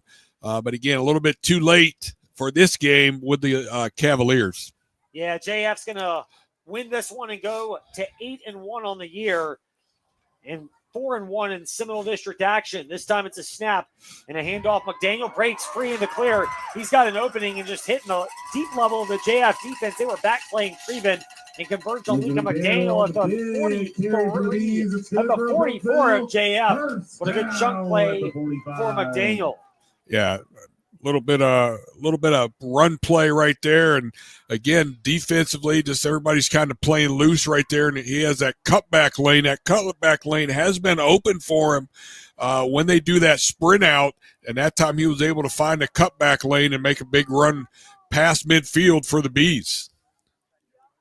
Brookville's got it at the JF 44 on the right hash mark. Clock approaches the 2-minute mark of the fourth quarter. A reminder, life doesn't give you a 2-minute warning, which is why a life insurance plan from your Erie Family Life agent, Andy Matthews, might be right for you. McDaniel, play fake, fires across the middle. Thomas catches 35, slips through a tackle, and just darts his way down to the 25. That was just a flash play over on the far side, and that was actually Trevor Johns who pulled that in. He showed his speed off really for the first time tonight on that play. It's a Brookville first down. Oh, the Bees showing some life here after getting that fumble from the Cavaliers as they are marching down the field here as the clock is also marching down. We are right at about a minute and a half left in this game. Bees trying to get another touchdown, at least on the scoreboard, to make the cosmetic look seem to be a little bit easier. Yeah, they'll fall to 4-5, 2-4 in Seminole District action. The sting, pun intended maybe, for Brookville is not just the loss tonight, but a lot of what ifs, just given how this season has transpired and the fact that this team has just hung in there and fought all season long, despite the adversity and the challenges that have circled around this program. But they're going to fall tonight against JF. And now it looks like somebody's calling a timeout to try to figure out what's going to transpire over the final 126 of this one. Brookville trotting back to the sideline like they might be trying to figure out what play they want to call. Yeah, it looks like one of the Brookville players, number 3, has to come out of the game. I'm not sure why, if he got injured slightly and they went ahead and stopped the clock, so that means he has to go out. It looks like what's happened. In any type of injury, especially if they think it might have been a head-related injury with a concussion, everybody's being very justifiably cautious if that's the case. So Brookville will snap it 1st and 10 from the JF 27, trying to get some points before this one wraps up, trailing 41-13. McDaniel takes it, looks left, floats it down the left sideline into the Impact Church end zone, and the closest player there was Gabe Barnett. Undercut the route intended for Blake Thomas, and it'll be 2nd and 10. Yeah, they were trying to get the home run right there, put it up for Blake Thomas, but the throw really was not even close. It needed to be thrown to the sideline, and instead it was thrown towards the middle of the field. And really, the person closest to making that play was Gabe Barnett on that play. Yeah, Barnett was there, just came over and didn't quite have enough real estate to pull in the interception. 73 ticks to go here in the fourth quarter. 41-13, JF's lead is comfortable. This time McDaniel fakes the option, keeps it himself, drug down from behind at the 21. JF will gladly take that from Seth Bell. The tackle there keeps this clock moving. It'll go under a minute here in the fourth quarter. Yeah, third down and about 4 right here. Brookville not looking to use a timeout to try to ensure them the opportunity to get in the end zone right here, knowing that the score really is not going to change the outcome of the game. So the clock continues to run. JF getting tested, especially through the first half of this one, and how would they respond in the third quarter? They passed that one with flying colors. About a half minute to go. This time it's a snap, handoff on the end around to Cam Thomas. And that time, good pursuit defense by JF knocks him back for a loss of a couple. And Brookville may snap it one more time. It's a loss of 2, and it doesn't appear that they're going to snap it as it's 15 seconds left, and Brookville is trotting backwards like they are ready to shake hands at midfield. Yeah, they are not going to get the snap off. This game's going to be over. 5 with 4 with 3 with 2 with 1, and the clock's hit triple zeros. And that is how the game wraps up. JF asserting themselves in the second half. To their credit, Brookville gave them a lot of fight in the first half, but JF, a team looking to make a postseason run, stepped up the way you would want to see a Cavalier team do, trying to make their case for the postseason.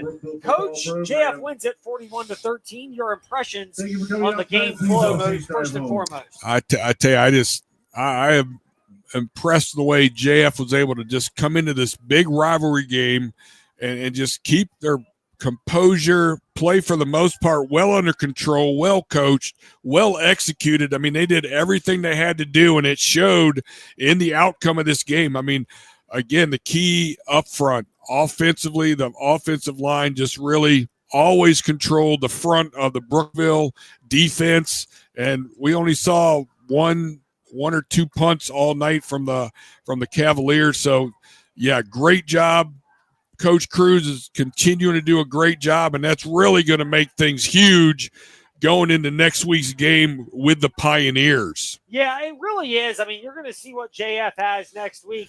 This is a Heritage team that, we know how much they fought. They're neck and neck with LCA through a slobber knocker over at City Stadium. This is one of those type of battles that's going to really determine what JF is made for in the postseason. But they're getting these type of tests later in the season, and that's got to be one of the keys to JF. In prior years, they made the playoffs. They may have lost a game here or there, Coach, but you get a game like tonight where Brookville, they get the boost from the Thomas kids being back. It's a rivalry game. It's senior night. So much emotion to keep Brookville fired up. For JF, they weathered that at the end of the first half and came out firing in the second half. The way they asserted themselves offensively and defensively and used their offensive and defensive lines to settle this game down. How much of a boost is this to JF as they get ready for Heritage next week, and with the spot in the postseason clinched, put themselves in a position where maybe they feel that playoff intensity a little bit earlier going in to postseason play in 2 weeks. Yeah, no,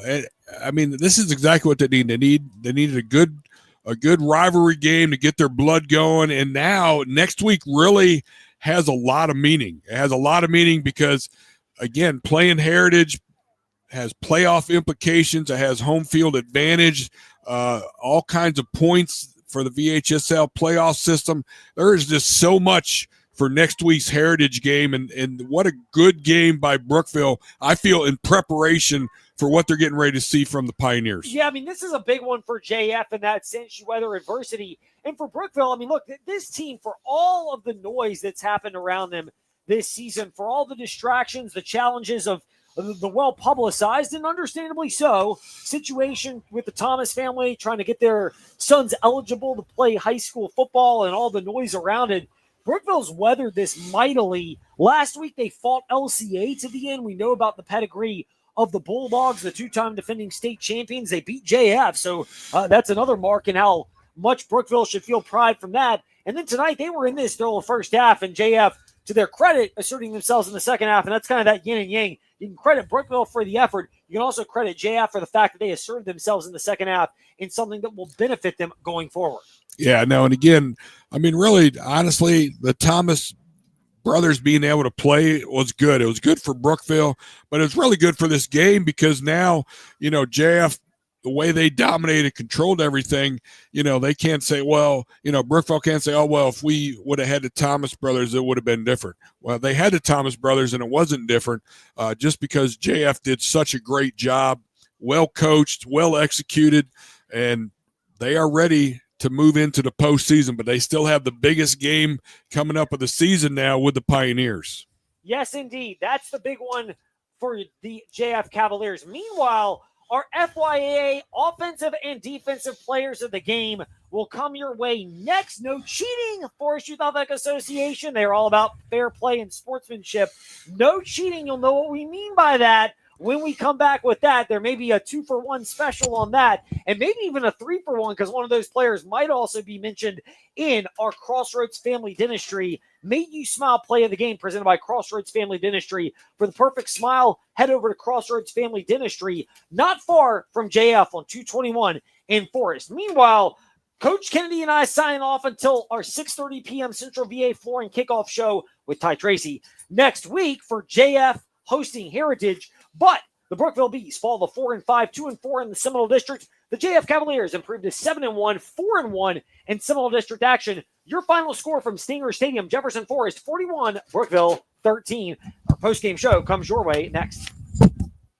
It's the perfect time to take your car to Meineke to make sure your engine starts perfectly this year. Whether you need tires, brakes, engine repairs, or simply an oil change, Meineke has you covered with certified technicians, free digital e-inspections with pictures and videos, and financing options. They're there to not only help you start your engine, but keep it running smoothly all year long. They're your one-stop shop for car care needs. Schedule an appointment today by visiting Meineke.com. Trust your key with Meineke, doing car care right. VTRN Sports, powered by ESPN Radio. The games play here with NFL action this week, kicking off on Thursday at 8 o'clock after Tech Talk Live. It's Ravens at Dolphins. Then Sunday, a tripleheader with coverage starting at 12:30 with Panthers at Packers, Chiefs at Bills, then Seahawks at Commanders on Sunday Night Football. Then, after Tech basketball on Monday night, it's Cardinals at Cowboys. Listen to all the big games on VTRN Sports, powered by ESPN Radio, 93.3 FM, 1320 AM, and on the VTRN Sports app and ask your smart speaker, open VTRN Sports. It's here, the Fall Spectacular at Magic City Chrysler Dodge Jeep Ram in Bedford. Get 0% for 72 months on 2025 Ram 1500s, or take 10% off MSRP and save up to $13,500. Drive off today in a Wrangler Sport and save up to $6,000 off MSRP. Don't miss the Fall Spectacular sales event at Magic City Chrysler Dodge Jeep Ram in Bedford, 1750 Independence Boulevard, MagicCityBedford.com. Financing with approved credit. See dealer for details. Offers end 10/31/25. Got a crack problem? You know the symptoms. Poor reaction time. Can't see straight. Endless financial mess. Apple Auto Glass knows cracks in your windshield lead to serious problems for you and everyone on the roads. So bring your car to Apple Auto Glass as soon as you see the crack. Apple Auto Glass is still locally owned on Allegheny Avenue in Lynchburg, so you'll speak with Harold, not Mystery Man from an 800 number. They'll handle insurance claims too. Apple Auto Glass, your local shop ensuring fast solutions to your windshield crack problems.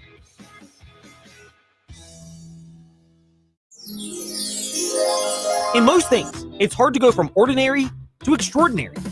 It's easy with your home or business. Call the Concrete Wizard and transform your place into an extraordinary space. If you're tired of looking at unsightly concrete, then bring light to your old surfaces. Call the Concrete Wizard for free design consultations, free estimates, and fast professional concrete resurfacing. And visit theconcretewizard.com for ideas from other before and after photos. Friday on the Fast Lane, Ty Tracy and I discussed Jefferson Forest taking on Brookville on WIQO with Ed Lane at play-by-play. Then I sat down with Corey Spector to talk about the Conference USA Women's Soccer Tournament coming up starting on Sunday. Tune into the Fast Lane, 5 to 6 p.m. weekdays on 93.3 FM, 1320 AM Lynchburg, or on the VTRN Sports app.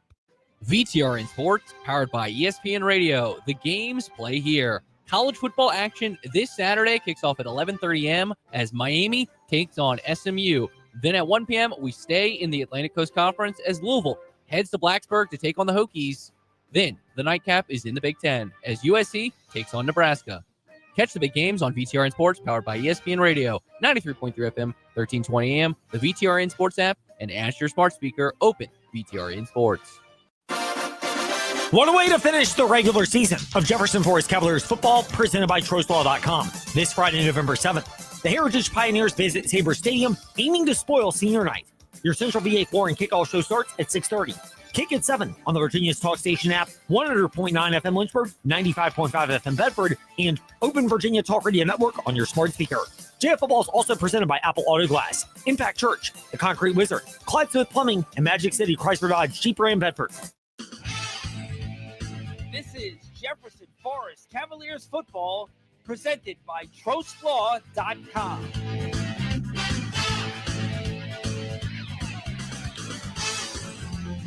Welcome to the Jefferson Forest Cavaliers post-game show presented by TroshLaw.com. I'm Todd Tracy here, and congratulations to our Jefferson Forest Cavaliers getting the win 41-13 against Brookville and move on to 81. I had to do some math in my head. Sorry, everybody. But yeah, congratulations. Big win for JF getting the victory. I mean, they dominated the second half, and I think they held Brookville to 7 points, really. Well, 6 points because they missed a 2-point conversion.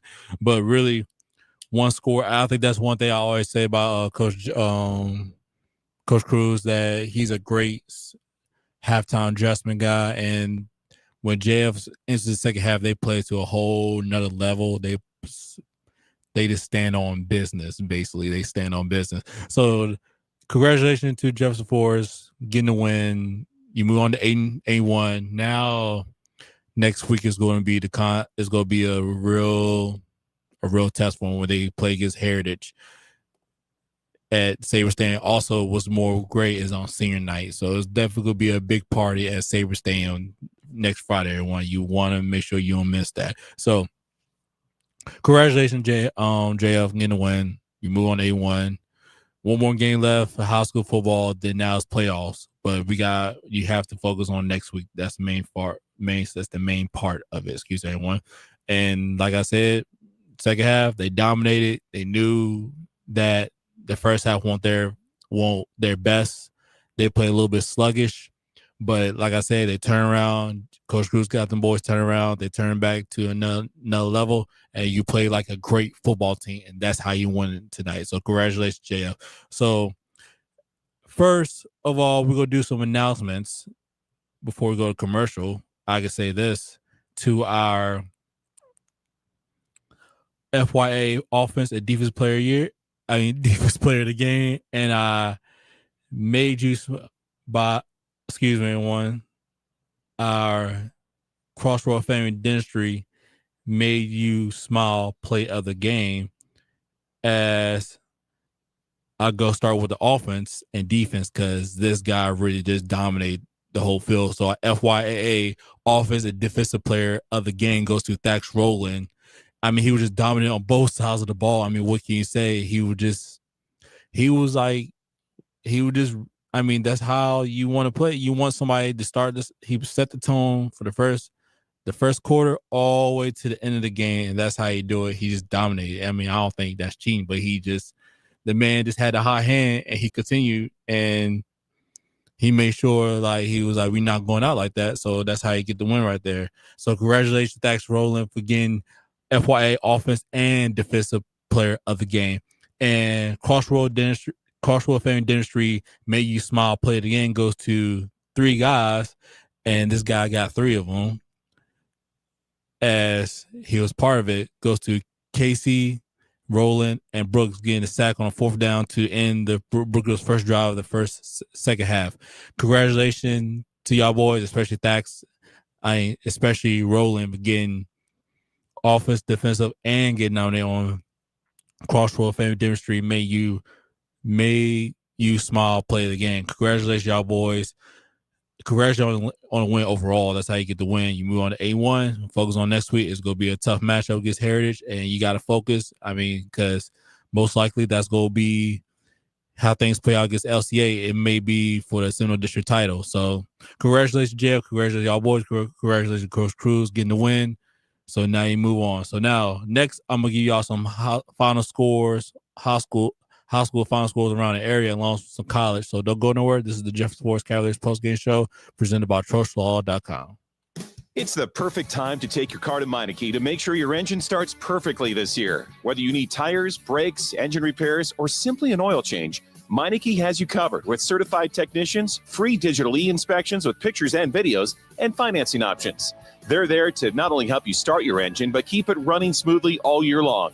They're your one-stop shop for car care needs. Schedule an appointment today by visiting Meineke.com. Trust your key with Meineke, doing car care right.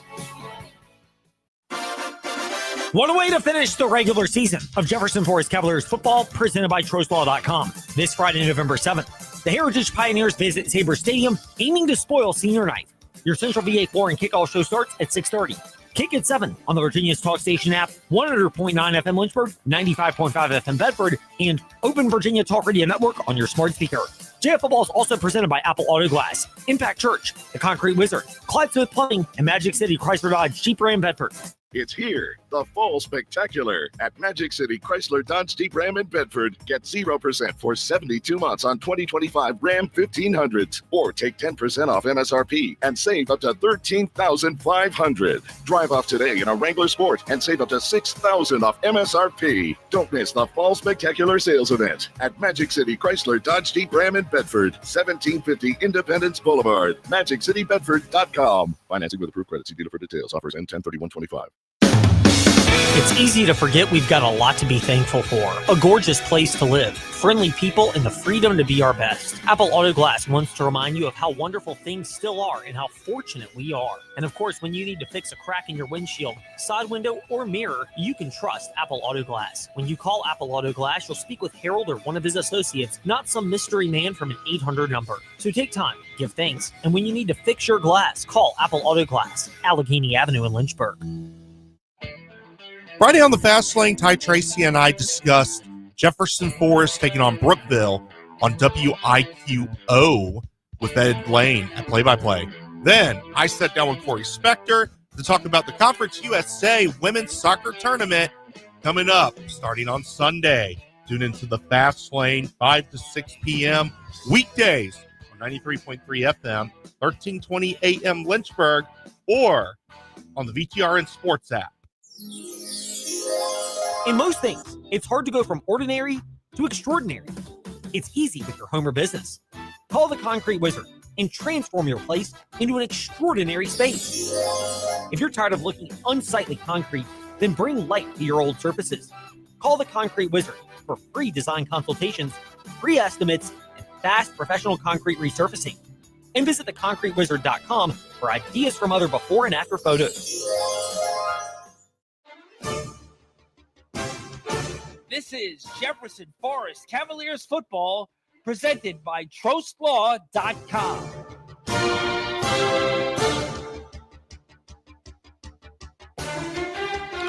Welcome back to Jefferson Forest Cavaliers post-game show presented by TrostLaw.com. Now here are some final scores around the area as Nelson County gets the win over Chown 29-12.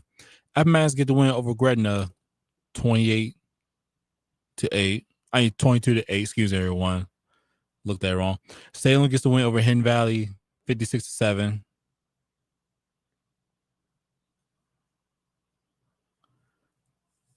Northside gets the win over Stan River 34-14. Close ball game between LCA and Heritage, as right now Heritage regained the lead 29-26. Glass gets the win over Rustburg 32-7. Amherst dominate Liberty 74-6. Magdalena gets the win over Halifax 42-0. Patrick Henry gets the win against over Pulaski 56-0. William Flynn moves on to get the win as they beat Lower Bottom 46-0. Close ball game as Franklin County survives against Williamsburg 24-21. Then you have, and that's all your scores and update around the area. As right now, Heritage LCA is still playing as for right now with the score, like I said, 29-26. If Heritage beat LCA, it will take the lead. Then the Central District will play at Sabre Stadium between JF and Heritage. So that's all your high school scores around the area. Now, before I announce some college scores, college football scores, everyone. This is VTRN college football and VTRN Sunday. If you can hear on the VTRN Sports app. As right now for college football, tomorrow on the first game with a triple header, we have the number 10 Miami Hurricanes versus the SU Mustangs with cover starts at 11:30, kickoff starts at 12. Number Number 16 Louisville Cardinals versus the Virginia Tech Hokies with cover starts at 1, kickoff starts at 3. Then number 23 USC Trojans versus Nebraska Cornhuskers as cover starts at 7, kickoff starts at 7:30. As I said before, Miami versus SMU with cover starts at 7:30, kickoff starts at 12. Louisville versus Virginia Tech Hokies as kickoff starts at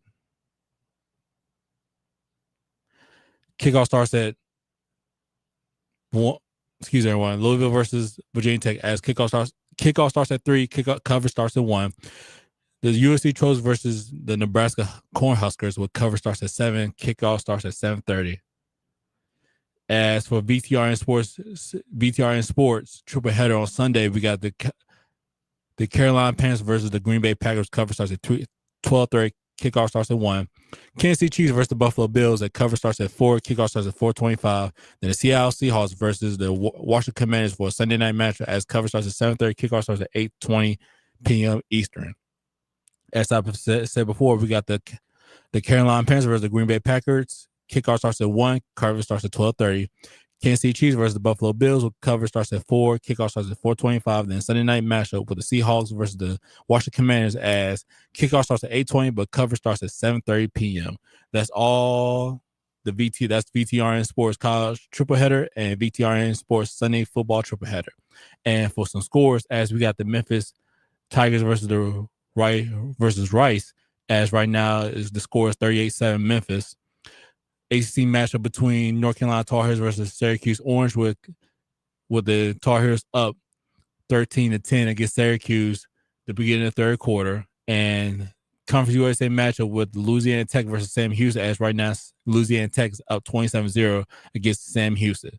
So that is all your scores, high school scores, college scores. I gave you the update around the area. Now, the final segment, as that's a wrap, as Jefferson Forest move on to A1 tonight's victory. Thank you for joining us for the Jefferson Forest Cavaliers post-game show presented by TrustLaw.com. Next week, the Cavaliers will close out the regular season with senior night at Sabre Stadium as they host the Heritage Pioneers next Friday. As we sign off from the studio, I want to thank you, everyone, for listening to this evening. Now we'll return to our regular program on WIQ 100.9. So I'm Todd Tracy. Wish you a safe drive. Enjoy the weekend. And we'll see you next Friday as we wrap up the regular high school football season as Heritage hosts as Jefferson Forest hosts the Heritage Pioneers on senior night at Sabre Stadium. Happy Halloween, everyone. I'll see y'all next Friday.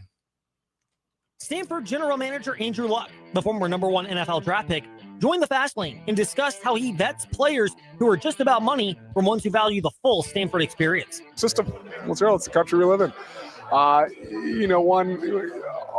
academic threshold and rigor sort of is an amazing filtering system. We gotta there's not that many guys a year that qualify, and we got to go find them and make sure we're putting a compelling, holistic offer in front of them. Scholarship, ability to come to the what I believe people say one of the best. I think it's the best university in the world and part of the coolest athletic department in the world. Shoot, went to Paris, but look, NIL matters. I don't think we need to act like it doesn't matter. It's part of our world, and we're certainly embracing it. Again, resonant with our values and academic integrity, but a college scholarship matters. Join us for the Fast Lane weekday afternoons, 5 to 6 p.m.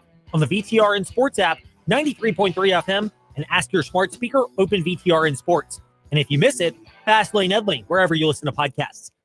VTRN Sports, powered by ESPN Radio. The games play here. College football action this Saturday kicks off at 11:30 a.m. as Miami takes on SMU. Then at 1 p.m., we stay in the Atlantic Coast Conference as Louisville heads to Blacksburg to take on the Hokies. Then the nightcap is in the Big Ten as USC takes on Nebraska. Catch the big games on VTRN Sports, powered by ESPN Radio, 93.3 FM, 1320 AM, the VTRN Sports app, and ask your smart speaker, open VTRN Sports. What a way to finish the regular season of Jefferson Forest Cavaliers football, presented by TrustLaw.com. This Friday, November 7th, the Heritage Pioneers visit Sabre Stadium, aiming to spoil senior night. Your Central VA Flooring kickoff show starts at 6:30. Kick at 7 on the Virginia's Talk Station app, 100.9 FM Lynchburg, 95.5 FM Bedford, and Open Virginia Talk Radio Network on your smart speaker. JF Football is also presented by Apple Auto Glass, Impact Church, The Concrete Wizard, Clyde Smith Plumbing, and Magic City Chrysler Dodge Jeep Ram Bedford. Couple of things. A lot of them don't have families. A lot of them don't have jobs. A lot of them are on pensions. A lot of them live far away from New York, and that's great.